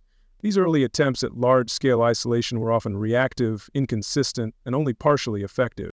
Perhaps the most brutal form of containment was practiced at the household level. Once a person within a house showed clear signs of the plague, civic authorities in some towns adopted the draconian measure of sealing the entire dwelling. This meant boarding up the doors and windows from the outside, effectively imprisoning everyone inside, the sick person along with their entire family, healthy or not. Guards might be posted outside to prevent escape or entry. Sometimes minimal food and water would be passed through a small opening. The rationale behind this practice was ruthless containment: sacrifice the household to protect the wider community, prevent the sick from mingling and spreading the contagion. However, the reality was horrific. Healthy family members trapped inside were almost certain to contract the disease from their sick relative in the close confines. It condemned entire families to death, often slowly, amidst unimaginable conditions of fear, grief, and illness. Escape attempts were sometimes made, met with harsh punishment if caught. This policy, while reflecting utter desperation for control, highlights the terrifying choices communities faced. As an alternative or supplement to household quarantine, some cities established dedicated isolation centers known as pest houses or lazarettos. These were typically located outside the city walls or on nearby islands, as with Venice's famous Lazaretto Vecchio, established later but rooted in Black Death experiences. Individuals diagnosed with plague, particularly the poor with nowhere else to go, could be forcibly removed from their homes and confined in these institutions. Conditions in early pest houses were generally appalling. They were often overcrowded, understaffed, and provided only the most basic shelter and minimal care. They were less hospitals in the modern sense, and more holding pens for the dying, designed primarily to remove infectious individuals from the general populace rather than to offer effective treatment. Mortality rates within pest houses were extremely high. While representing a nascent form of public health isolation, they were places of immense suffering and despair.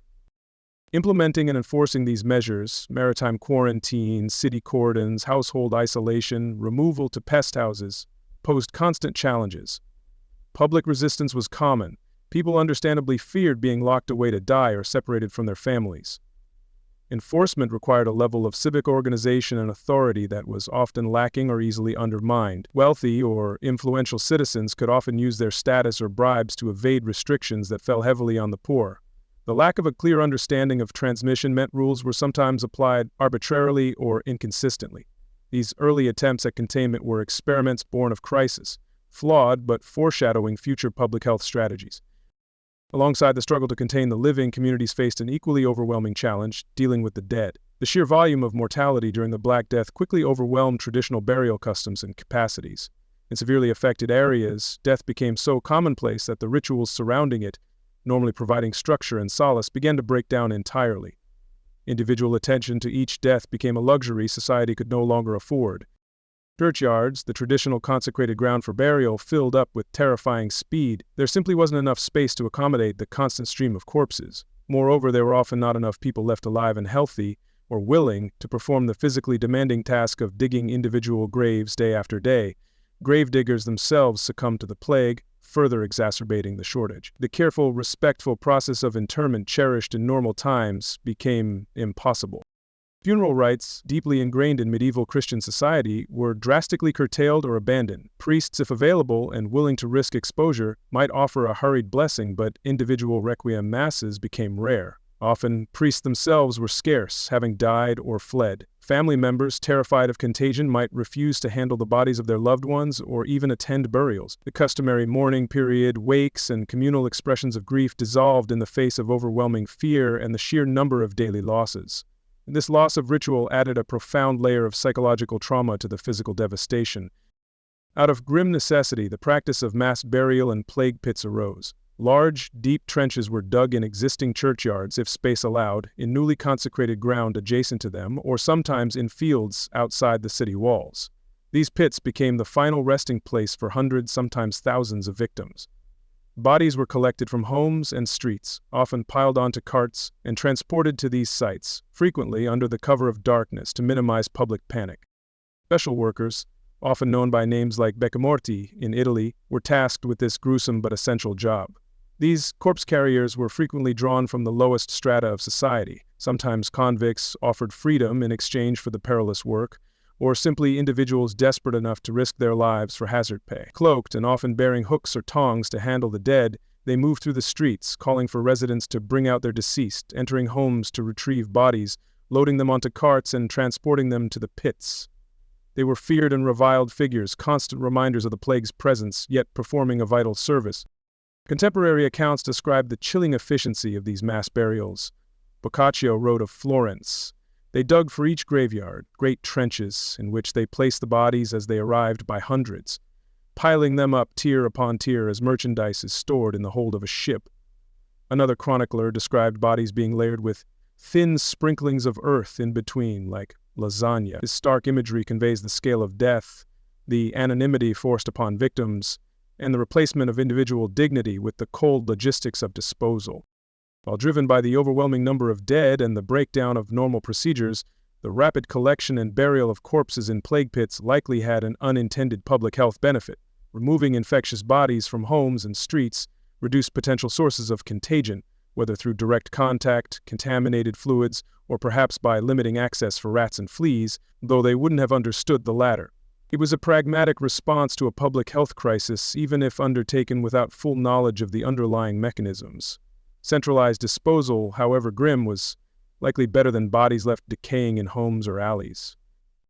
These societal responses, the panicked flight of the wealthy, the often brutal attempts at fortification and quarantine, the grim necessity of mass burials, paint a picture of a world struggling to cope with an existential threat using only instinct and rudimentary tools of control. They revealed the deep inequalities of medieval society, the nascent awareness of contagion driving early public health measures, and the profound psychological impact of mass death tearing apart the familiar fabric of life and ritual. Communities tried to erect barriers, physical and social, against the tide, but the plague's invisible nature rendered many efforts tragically inadequate, leaving behind a legacy of fear, loss, and societal upheaval. The instinct was to contain, but the floodwaters often proved too high. Let us settle once more into the quiet. We have walked through the shadow of the Black Death, witnessing the fear, the confusion, the desperate remedies, and the attempts to contain the invisible tide.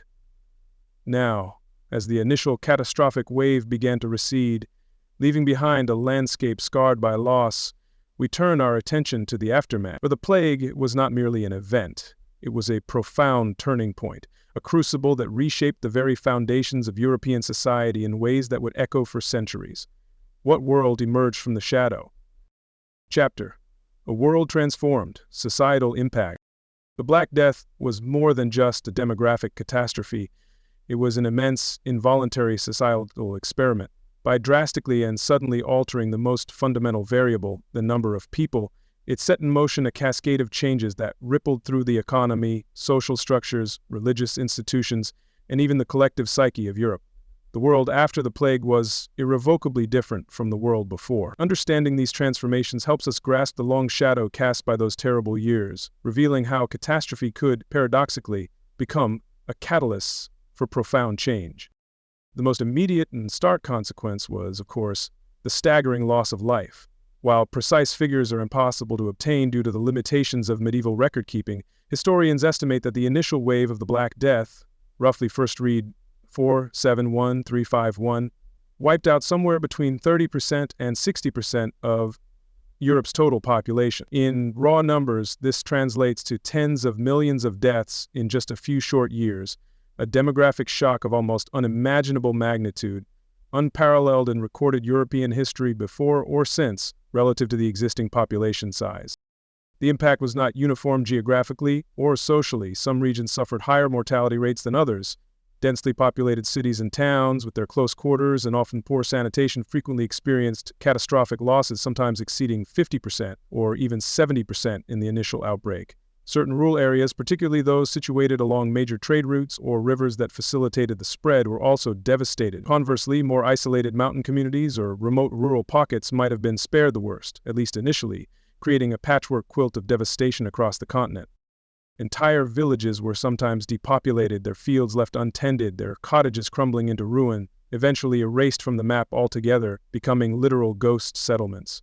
This patchy but pervasive mortality tore families apart, leaving legions of orphans and widows. It obliterated established social networks, severed lines of inheritance, and left survivors adrift in a profoundly altered, emptier world. The psychological weight of such widespread, sudden, and seemingly random loss must have been immense.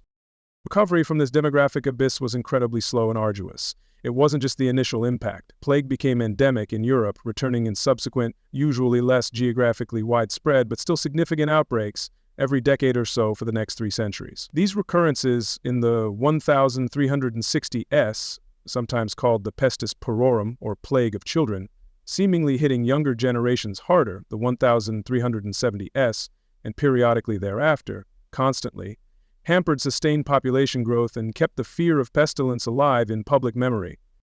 Consequently, in many parts of Europe, population levels did not return to their pre-1347 peaks until the 16th, 17th, or even early 18th century. This long period of depressed population had far-reaching consequences for settlement patterns, economic development, and social structures. The constant threat of plague became a recurring feature of life, shaping attitudes towards risk, family planning, insofar as it existed, and public health for generations to come. The age structure of the population was also likely affected, with recurrent outbreaks potentially skewing demographics towards younger age groups at times. This dramatic reduction in population had immediate and profound economic consequences, particularly concerning the most crucial resource of the medieval economy, labor. Suddenly workers were scarce, fields lay fallow not for lack of fertility, but for lack of hands to plow, sow, and harvest. Workshops stood idle for want of artisans, mines lacked diggers, construction projects stalled. This scarcity fundamentally shifted the balance of power between employers, primarily landowners and master craftsmen, and the surviving workforce, disrupting centuries-old economic relationships. While surviving peasants and laborers found themselves in an unprecedented position of bargaining power. With far fewer workers available, landowners and employers had to compete fiercely for their labor. Peasants began demanding and often receiving significantly higher wages for their work, sometimes double or triple pre-plague rates.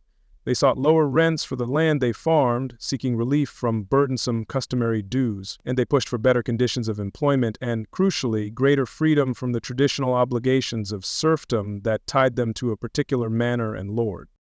Landlords and ruling elites, seeing their incomes decline and their traditional authority challenged, attempted to resist these changes vigorously. Governments across Europe passed legislation aimed at suppressing wage increases and controlling labor mobility. The most famous example is the Statute of Laborers, enacted in England in 1351, which attempted to freeze wages at pre-plague levels, compel all able-bodied men and women under 60 to accept work at these rates, and prohibit peasants from moving to seek better opportunities. Similar laws were passed in France, Spain, and other regions. However, these measures proved largely unenforceable in the long run. The economic reality of labor scarcity consistently undermined legislative attempts at control. Peasants could often find ways to evade the restrictions, simply moving to another manor where a desperate lord was willing to offer better terms discreetly. Black markets for labor emerged. While the statutes may have had some temporary effect or caused resentment leading to unrest, they could not ultimately defy the fundamental economic shift caused by the demographic collapse. The balance had tipped. The weakening of lords' control over labor accelerated the decline of serfdom and the manorial system, particularly in Western Europe. The traditional system, where peasants, serfs, owed specified labor services, week work, boon work, on the lord's personal lands, the demes, in return for their own small strips of land in the open fields, became increasingly inefficient and difficult to maintain. Many lords found it more practical and profitable to lease out their domain land or to commute the labor services owed by their tenants into fixed cash rents. This transition effectively freed peasants from personal bondage, turning them into tenant farmers who owed rent rather than labor. While lords retained ownership of the land and collected rents, their direct day-to-day control over the lives and labor of their tenants diminished significantly. This process varied in pace across regions, but represented a major step away from the classic feudal model towards more recognizably modern agrarian relationships based on contracts and cash. This newfound leverage and the attempts by authorities to curtail it sometimes boiled over into open conflict. When ruling elites tried too forcefully to reimpose old restrictions, enforce unpopular labor laws, or levy new taxes, often to fund expensive wars like the 100 Years' War, peasant frustration could ignite into large-scale revolts. The English Peasants' Revolt of 1381, the Jacquerie in France in 1358, the Ciompi Revolt in Florence in 1378, and similar uprisings elsewhere were complex events with multiple local grievances. But the changed social and economic landscape created by the plague, the heightened expectations of the peasantry, and the resistance of the elites undoubtedly played a significant role in their underlying causes. Changes also occurred in land use and ownership patterns, reshaping the physical landscape. With population significantly reduced, the intense pressure on available agricultural land eased considerably. Marginal lands, those less fertile or more difficult to cultivate areas, brought into production during the population boom of the High Middle Ages, were often abandoned as communities retreated to more productive core areas. Forests began to regenerate in some areas where farmland contracted. Some landowners, finding traditional arable grain farming too expensive due to high labor costs, converted their land to less labor-intensive uses. The most notable shift in some regions, like England and parts of Spain, was towards sheep farming. Raising sheep for wool required far fewer workers than growing grain and tapped into the lucrative international textile market. This enclosure of formerly common lands or open fields for sheep pasture could displace remaining tenants and cause social friction, but led to significant changes in the rural economy and environment. Landholdings also tended to become consolidated in the wake of the plague. Surviving peasants might inherit land from deceased relatives, allowing them to accumulate larger, more economically viable farms compared to the small scattered strips typical of earlier periods. Wealthier peasants, enterprising individuals, or established landlords could buy up land cheaply from families unable to work it due to lack of heirs or resources. This led to greater social stratification within peasant society, but also potentially increased agricultural efficiency and productivity on larger, consolidated holdings over the long term. The average size of peasant land holdings increased. In towns and cities, similar economic adjustments unfolded. Guilds, which regulated crafts and trades, faced severe labor shortages and pressure to relax their restrictive membership rules or shorten apprenticeship terms to attract new workers.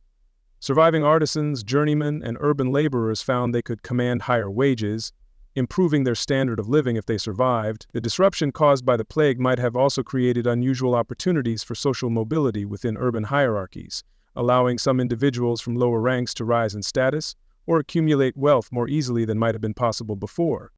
Patterns of trade and consumption also shifted. While the overall volume of trade likely decreased initially due to population decline and disruption, changes in wealth distribution and consumption patterns emerged.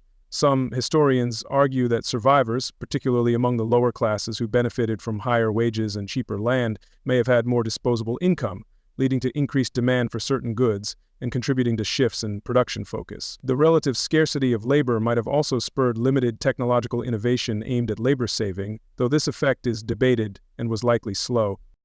The Black Death also delivered a profound shock to the dominant institution of medieval Europe, both spiritually and temporally, the Catholic Church. Its inability to provide a widely convincing explanation for the catastrophe beyond generalized notions of sin, offer effective protection through prayer, sacraments, and ritual, or even consistently provide last rites and burials due to the high mortality rate among clergy themselves, led many ordinary people to question its authority and efficacy in unprecedented ways. The perceived failure of the established religious authority in the face of overwhelming and seemingly indiscriminate death left a lasting impact on popular faith and religious attitudes. Responses, however, were complex and diverged widely. For some, the shared trauma and the stark, unavoidable reminder of mortality led to an intensification of personal piety, mysticism, and devotion. People sought solace and protection in more direct emotional experiences of God, sometimes pursuing these outside the formal structures and routines of the institutional church. Veneration of saints, especially those believed to offer specific protection against plague, such as Saint Roch, Saint Sebastian, and the Virgin Mary, under titles like Our Lady of Mercy, flourished. Wealthy individuals and guilds endowed chantries, private chapels, where priests were paid handsome sums to say masses perpetually for the souls of the dead founders and their families, reflecting an increased anxiety about the afterlife and a desire to secure salvation through posthumous intercession. Charitable works and donations to religious causes also saw an upswing in some quarters, driven by piety or perhaps a desire to appease God. However, for others, the plague experience bred cynicism, disillusionment, or outright anti-clericalism. They witnessed a church whose leaders often seemed as helpless or fearful as everyone else, whose theological explanations felt inadequate to the scale of the horror, and whose immense wealth and privileges sometimes contrasted sharply with the widespread suffering. Stories circulated of priests abandoning their parishioners out of fear or demanding exorbitant fees for performing last rites. While many clergy bravely served and died alongside their flocks, the perceived failings damaged the church's prestige. The high mortality rate among clergy, particularly the lower parish priests who had the most direct contact with the sick, created significant staffing problems. Bishops sometimes had to ordain replacements quickly, occasionally lowering educational standards or requirements for ordination. This could lead to a decline in the average quality, education, and perhaps even moral standing of parish clergy in the immediate aftermath, further potentially eroding public confidence and fueling calls for reform from within and without the church. The financial impact was also complex, with lost revenues from deceased parishioners balanced against a significant influx of bequests from the dead. This questioning atmosphere, this sense of spiritual crisis and institutional fallibility, may have contributed significantly to the growing popularity of movements critical of church hierarchy, wealth, and doctrine that emerged in the later 14th and 15th centuries. Figures like John Wycliffe in England, who challenged papal authority, criticized clerical corruption, and advocated for translating the Bible into the vernacular, or John Hus in Bohemia, who led a powerful reform movement inspired by Wycliffe, found receptive audiences in a world where traditional certainties had been profoundly shaken. While the plague was only one factor among many driving these complex movements, it undoubtedly contributed to a climate where challenging established religious authority became more possible and perhaps more urgent for many. Lay piety movements like the Brethren of the Common Life in the Low Countries, emphasizing personal devotion and education, also gained traction. Beyond the tangible demographic, economic, and religious shifts, the Black Death left deep and enduring psychological scars on the collective consciousness of late medieval Europe. Living through a period where death was so sudden, pervasive, indiscriminate, and inexplicable, inflicted widespread trauma. The constant presence of death, the loss of countless loved ones, parents, children, spouses, neighbors, the breakdown of familiar social norms and comforting rituals, and the ever-present fear of recurrence created an atmosphere of anxiety, grief, and profound uncertainty that lingered for generations. Life felt acutely fragile, precious, and perhaps arbitrary. This trauma and heightened awareness of mortality manifested itself vividly in the art, literature, and culture of the late medieval period. There was a notable preoccupation with death, decay, and the transience of earthly life. The theme of the Danse Macabre, or Dance of Death, became incredibly popular across Europe from the early 15th century onward, likely rooted in the plague experience. Depicted in paintings on churchyard walls, like at La Chaise-Dieu in France or the Lost Mural at St. Paul's in London, in manuscript illuminations, woodcuts, and poems, it typically showed skeletons or decaying corpses gleefully leading individuals from all social strata, popes, emperors, knights, merchants, monks, peasants, infants, in a grim, universal procession towards the grave. The message was starkly egalitarian. Death comes for everyone, regardless of power, wealth, or piety. Related to this was the flourishing memento mori tradition, Latin for remember you must die. This theme, present earlier but intensified after the plague, encouraged people to reflect constantly on their mortality as a means of spiritual preparation and detachment from worldly vanities. Skulls and skeletons became common motifs in art, appearing in paintings, sculptures, jewelry, and personal devotional objects like prayer books. Fancy tombs, commissioned by wealthy patrons for their burial sites, became fashionable, featuring effigies that depicted not the idealized image of the deceased in noble attire, but their decaying corpse, sometimes realistically rendered, complete with worms and shroud. These served as graphic reminders of earthly vanity and the inevitable fate awaiting all flesh. Artistic depictions of suffering, both Christ's passion, with increased emphasis on the physical torments, and the martyrdoms of saints, often became more graphic, emotional, and intense. Representations of plague saints frequently emphasized their suffering as a point of connection with the afflicted. Saint Roche pointing emphatically to his bubo, Saint Sebastian riddled with arrows resembling plague sores. This focus on the macabre, the suffering, and the decaying aspects of existence reflects the anxieties and lived realities of an age deeply familiar with sudden death, bodily affliction, and the disruption of the natural order.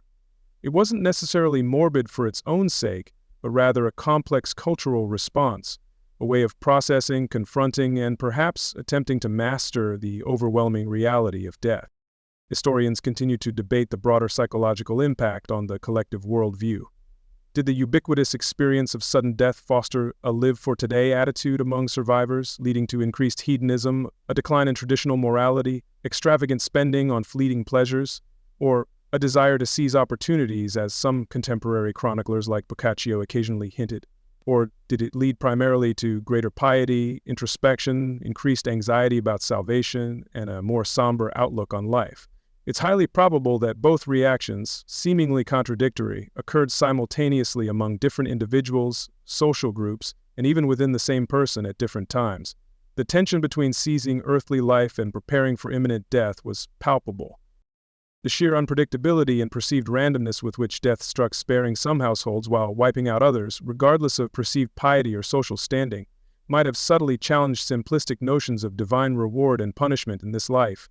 While religious faith remained central for most, the plague experience might have opened space for more secular, fatalistic, or even skeptical perspectives for some. The direct, unmediated encounter with mass death on such a scale may have fostered a more pragmatic, less idealized, perhaps even more cynical view of the world and human endeavors among certain segments of the population. The plague's impact might also have spurred, albeit very slowly, changes in attitudes towards medicine and public health. While no immediate breakthroughs occurred, the demonstrable failure of traditional humoral medicine might have encouraged some physicians towards greater emphasis on direct observation and empirical experience, laying faint groundwork for future advancements. Similarly, the rudimentary public health measures like quarantine, isolation, and sanitation efforts, despite being based on flawed miasma theory, established precedents for communal responsibility for health and disease control that would slowly evolve over subsequent centuries. The connection between filth and disease, even if misunderstood, became harder to ignore. And so educational institutions were undoubtedly disrupted. Universities and schools suffered closures during outbreaks, and the permanent loss of scholars, students, and patrons. The transmission of traditional knowledge, particularly in crafts reliant on long apprenticeships, could be interrupted by the deaths of masters. However, the continuing need for literate administrators, lawyers, and clergy ensured that education remained vital. In the long run, the demand for educated personnel, combined perhaps with philanthropic endowments made in memory of the dead or as acts of piety by survivors seeking to ensure prayers, contributed to the foundation of new colleges like New College, Oxford, and universities in the later 14th and 15th centuries, adapting institutional structures to the new demographic reality. In conclusion, the Black Death was far more than a horrifyingly lethal pandemic. It acted as a powerful, albeit brutal, and indiscriminate catalyst for transformation across the entire spectrum of European life. It dramatically reshaped demographics for centuries to come, leaving a permanent imprint on population levels and structures. It fundamentally altered the medieval economy, weakening the foundations of feudalism, empowering labor, and shifting agricultural practices. It challenged the authority and perceived efficacy of the church, leading to complex shifts in religious practice, belief, and institutional structures. And it left an indelible mark on the European psyche, influencing art, culture, attitudes towards death, and perhaps even the fundamental outlook on life's meaning and fragility. The society that eventually emerged from the long shadow of the plague was leaner, arguably more volatile and prone to social unrest, potentially more dynamic in some economic spheres, and certainly vastly different from the crowded, rigidly structured world of the High Middle Ages. The old medieval order, already facing internal strains and contradictions, was irrevocably weakened, accelerating some existing trends and initiating new ones that paved the way for the economic, social, political, and cultural developments of the later Middle Ages and the dawn of the early modern period. While born of almost unimaginable suffering, loss, and terror, the aftermath of the Black Death stands as a stark testament to humanity's complex capacity for resilience, adaptation, and the slow, often painful, yet persistent process of building a new world from the ruins of the old. The silence left by the millions dead was gradually, painstakingly filled by the sounds of a society quietly, profoundly, and permanently transformed. Okay, let the quiet deepen around you. We've seen the world irrevocably altered by the Black Death's initial onslaught and explored the immediate aftermath. But the story didn't end there. The plague did not simply vanish after its first terrible sweep across Europe. Instead, it lingered, becoming a recurring visitor, a spectral presence that would shape European life for centuries to come. How did societies learn to live with this ghost, adapting slowly even without fully understanding it, and why did it eventually fade away? Chapter 1. Living with the Ghost. Recurrence and Adaptation. The initial pandemic of First Re 471351 was a cataclysm, but it was also just the beginning of Europe's long and troubled relationship with Yersinia pestis. The bacterium, having found fertile ground, established reservoirs within populations of wild rodents across the continent. From these hidden denclaves, it could re-emerge periodically, spilling back into rat populations closely associated with human settlements, and from there, via infected fleas, back into the human world. The Black Death wasn't a singular event. It became an endemic disease, a persistent threat casting a long shadow over subsequent generations. For roughly the next 300 years, Europe experienced recurrent outbreaks of plague. These were typically less widespread than the initial pandemic, often flaring up in specific cities or regions rather than engulfing the entire continent simultaneously. However, they could still be devastatingly lethal for the affected communities. Major epidemics struck with alarming frequency, perhaps every 10 to 20 years in the late 14th and 15th centuries, becoming somewhat less frequent but still dangerous in the 16th and 17th centuries. Life went on, but always under the potential threat of the plague's return. One notable early recurrence, striking in the 1360s, was sometimes referred to as the pestis puerorum, or the plague of children.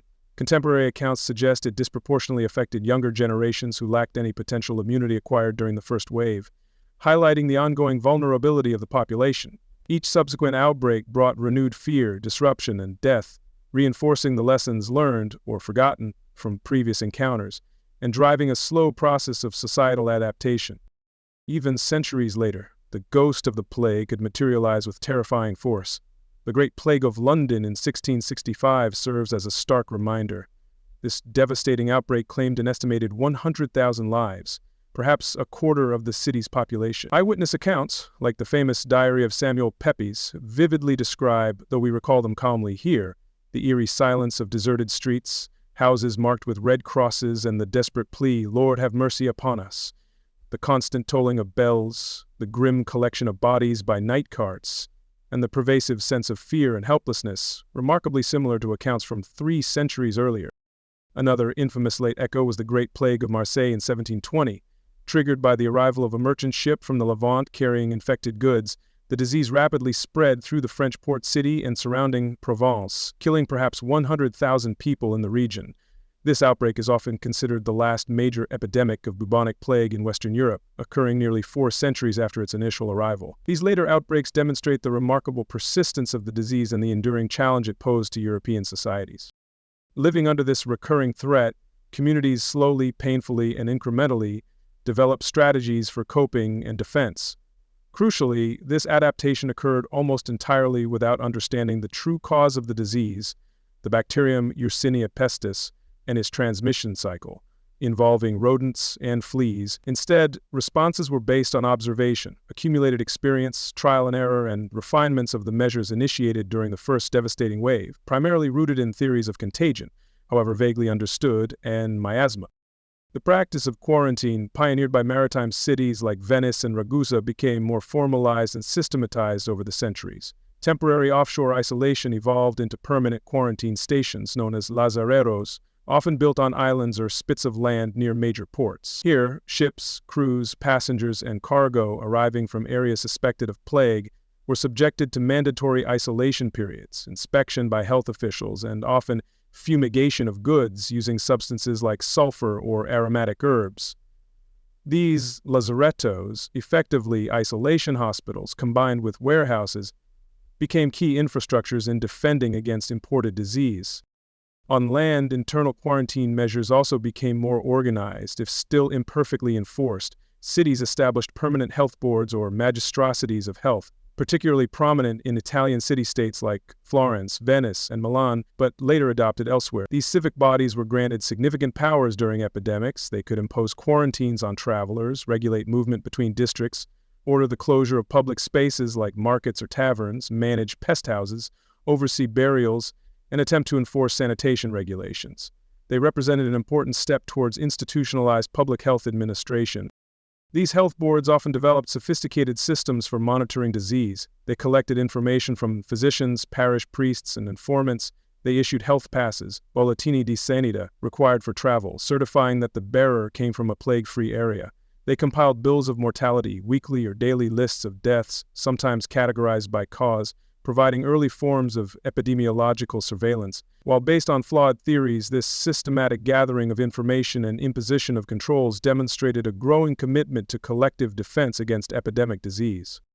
Isolation practices for the sick also evolved, though they remained harsh.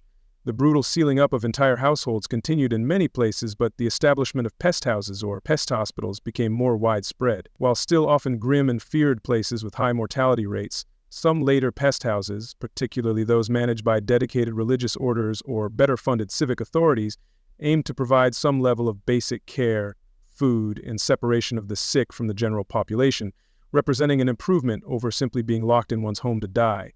Marking infected houses with signs or symbols became a common way to warn neighbors and enforce isolation.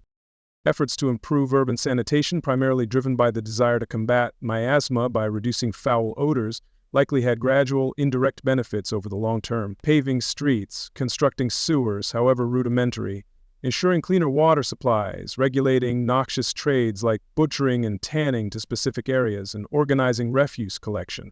All these slow developments over centuries may have gradually made urban environments slightly less hospitable to large rat populations living in close proximity to humans, even if that wasn't the explicit intention. Similarly, slow changes in building materials might have played a role. The gradual replacement of timber-framed houses with thatched roofs, which provided ample nesting sites for black rats, by structures built more substantially of brick and stone with tiled or slate roofs, particularly after major urban fires like the Great Fire of London in 1666, could have reduced the habitat available for the ship rat, Rattus, within human dwellings, potentially lessening human exposure. Alongside these societal and environmental adaptations, biological changes might also have contributed to the shifting relationship between Europe and the plague. Some researchers hypothesize that human populations, after centuries of repeated exposure, may have developed some degree of increased genetic resistance to Yersinia pestis. Natural selection would favor individuals with genetic traits offering even partial protection, allowing them to survive outbreaks and pass those traits to their offspring. Specific gene variants, like the CCR5 delta 32 mutation, though its primary known benefit is HIV resistance, its origins might date back to plague eras, have been studied in this context, but the evidence remains complex and debated among scientists. It's also conceivable that the pathogen itself, Yersinia pestis, evolved over time. Microorganisms can undergo genetic changes, potentially leading to strains with different levels of virulence, severity, or transmissibility. Some studies analyzing ancient DNA from plague victims have suggested possible genetic shifts in the bacterium between the 14th century and later outbreaks. It's theoretically possible that less virulent strains became more common over time, leading to less explosive or deadly epidemics, though this remains an area of active research and speculation.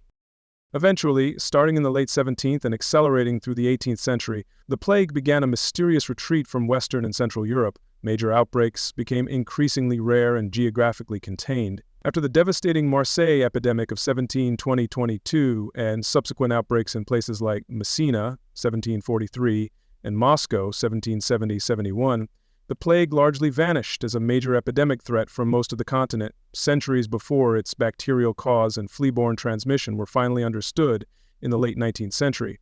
Why did it disappear? The reasons for this eventual decline are still debated by historians and scientists, and likely involve a complex interplay of multiple factors rather than a single magic bullet. The increasingly organized and rigorously enforced public health measures, particularly maritime quarantine and cordons sanitaires, likely played a significant role by becoming more effective at preventing the reintroduction and spread of the disease from endemic areas in the Ottoman Empire and elsewhere. Centuries of experience had honed these administrative tools. Changes in the rodent population are another frequently cited hypothesis. The theory suggests that the brown rat, Rattus norvagicus, a more aggressive species originating from Asia, began to displace the black rat, Rattus rattus, across Europe from the early 18th century onwards. Brown rats tend to prefer living in sewers and burrows rather than directly in human dwellings like black rats, and may also be less susceptible to plague or support different flea populations. This shift in the dominant rat species could, theoretically, have disrupted the established transmission cycle linking rats, fleas, and humans so effectively. However, the timing and extent of this displacement and its precise impact on plague dynamics are still subjects of considerable historical debate.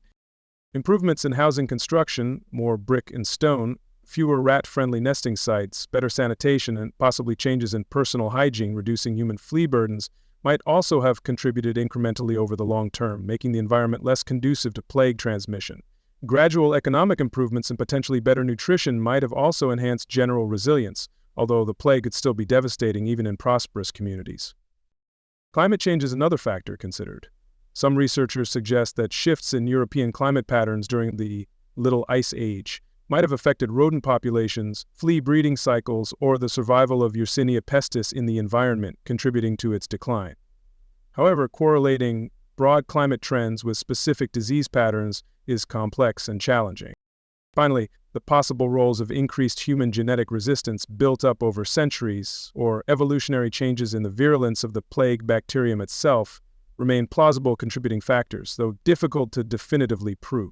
It is most likely that the plague's retreat was not due to one single cause, but rather the cumulative effect of several of these factors operating together: improved human interventions, ecological changes in rodent populations, and perhaps subtle biological shifts in hosts and pathogen alike. What is clear is that, after centuries of living under its shadow, European society gradually emerged from the era of recurrent plague pandemics. The ghosts that had haunted the continent since the mid-14th century seemed, by the mid-18th century, to have largely departed from its western realms, though it persisted elsewhere in the world and remains a concern even today in certain regions. This long history of recurrence and adaptation underscores the remarkable resilience of human societies. Even without understanding the true nature of their invisible enemy, communities learned, adapted, and organized themselves over generations to mitigate its impact. The development of public health measures, born from empirical observation and administrative necessity during the plague years, laid crucial foundations for modern approaches to disease control. The story of living with the plague is a somber testament to centuries of fear and loss, but also a quiet narrative of human endurance, institutional learning, and the slow, hard-won battle to reclaim collective security in the face of a terrifying, persistent, and long misunderstood threat. The eventual silence wasn't just an absence of plague, it was the sound of adaptation finally taking root. All right, let the journey draw towards its quiet close. We have traveled through centuries shadowed by an unseen enemy, witnessed the fear, the confusion, and the resilience of those who faced the Black Death without the knowledge we possess today. We've seen societies fractured and reformed, remedies fail, and adaptations slowly take root. Now let's take a final, gentle look back, reflecting on the faint but persistent echoes this immense historical trauma left behind, ripples that subtly shape the world to come. Chapter: Echoes in Time, the Lingering Legacy. The Black Death was a period of profound darkness, an experience of loss and terror on an almost unimaginable scale. Yet paradoxically, within this devastation lay hidden seeds of change. The immense upheaval, the drastic thinning of the population, and the questioning of old certainties created fissures in the medieval world, through which new possibilities, unintended and often unforeseen, began to emerge. They acted as a harsh and involuntary catalyst, accelerating some trends and subtly altering the trajectory of European history. Economically and socially, the consequences were profound. The chronic labor shortages that followed the population collapse fundamentally altered the relationship between land and labor. Surviving workers found new bargaining power, demanding and often achieving better wages and conditions. This pressure weakened the traditional bonds of feudalism, fostering greater social mobility and contributing to a gradual restructuring of agrarian society. Patterns of land ownership shifted, wealth sometimes concentrated in new hands, and the economic landscape slowly transformed, laying groundwork for different social orders. Culturally and psychologically, the imprint was deep and lasting. The pervasive presence of death fostered a unique sensibility reflected in the art and literature of the Danse Macabre and Memento Mori. This intense awareness of life's fragility, combined with the perceived failures of established institutions like the Church to offer effective solace or protection, may have subtly contributed to a shift in worldview. The questioning of old authorities, the focus on human experience, even in suffering, and the search for meaning in a seemingly arbitrary world arguably resonated with the currents of Renaissance humanism and later Reformation critiques, though the connections are complex and indirect.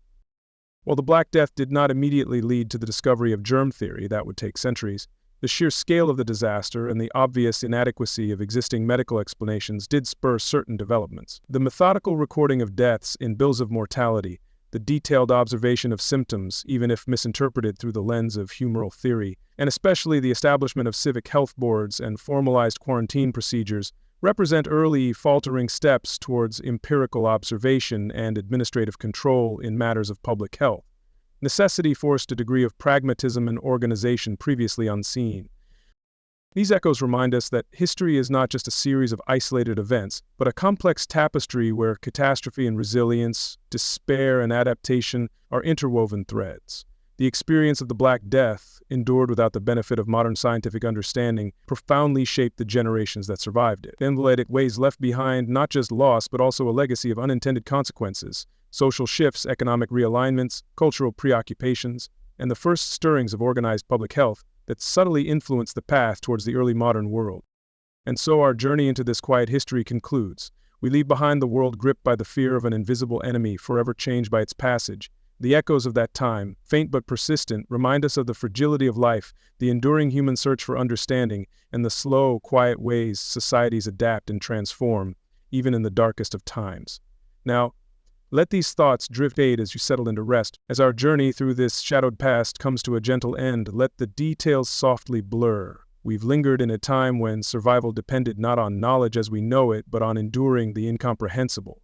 Facing an invisible, lethal force without understanding its nature demanded a resilience born of necessity. A quiet strength, woven into the fabric of daily life amidst profound fear and uncertainty. It was a world grappling in the dark, finding ways to continue. Generation after generation, the people of that era navigated unimaginable loss, crafting explanations from faith, observation, and ancient wisdom, however flawed those maps may seem to us now. They built defenses, both physical and psychological, against a threat they could not truly grasp. Their struggles, their adaptations, their very endurance in the face of overwhelming mystery speak to a deep human capacity to persist, to rebuild, and to find meaning even when answers remain hidden far beyond the horizon of their knowledge. The true nature of the pestilence, the tiny actors playing out their deadly roles, the bacterium, the flea, the rat, remain concealed for centuries more, a final layer of mystery surrounding their experience. Understanding dawned only much, much later, but for now let those distant struggles fade. Let the quiet deepen around you.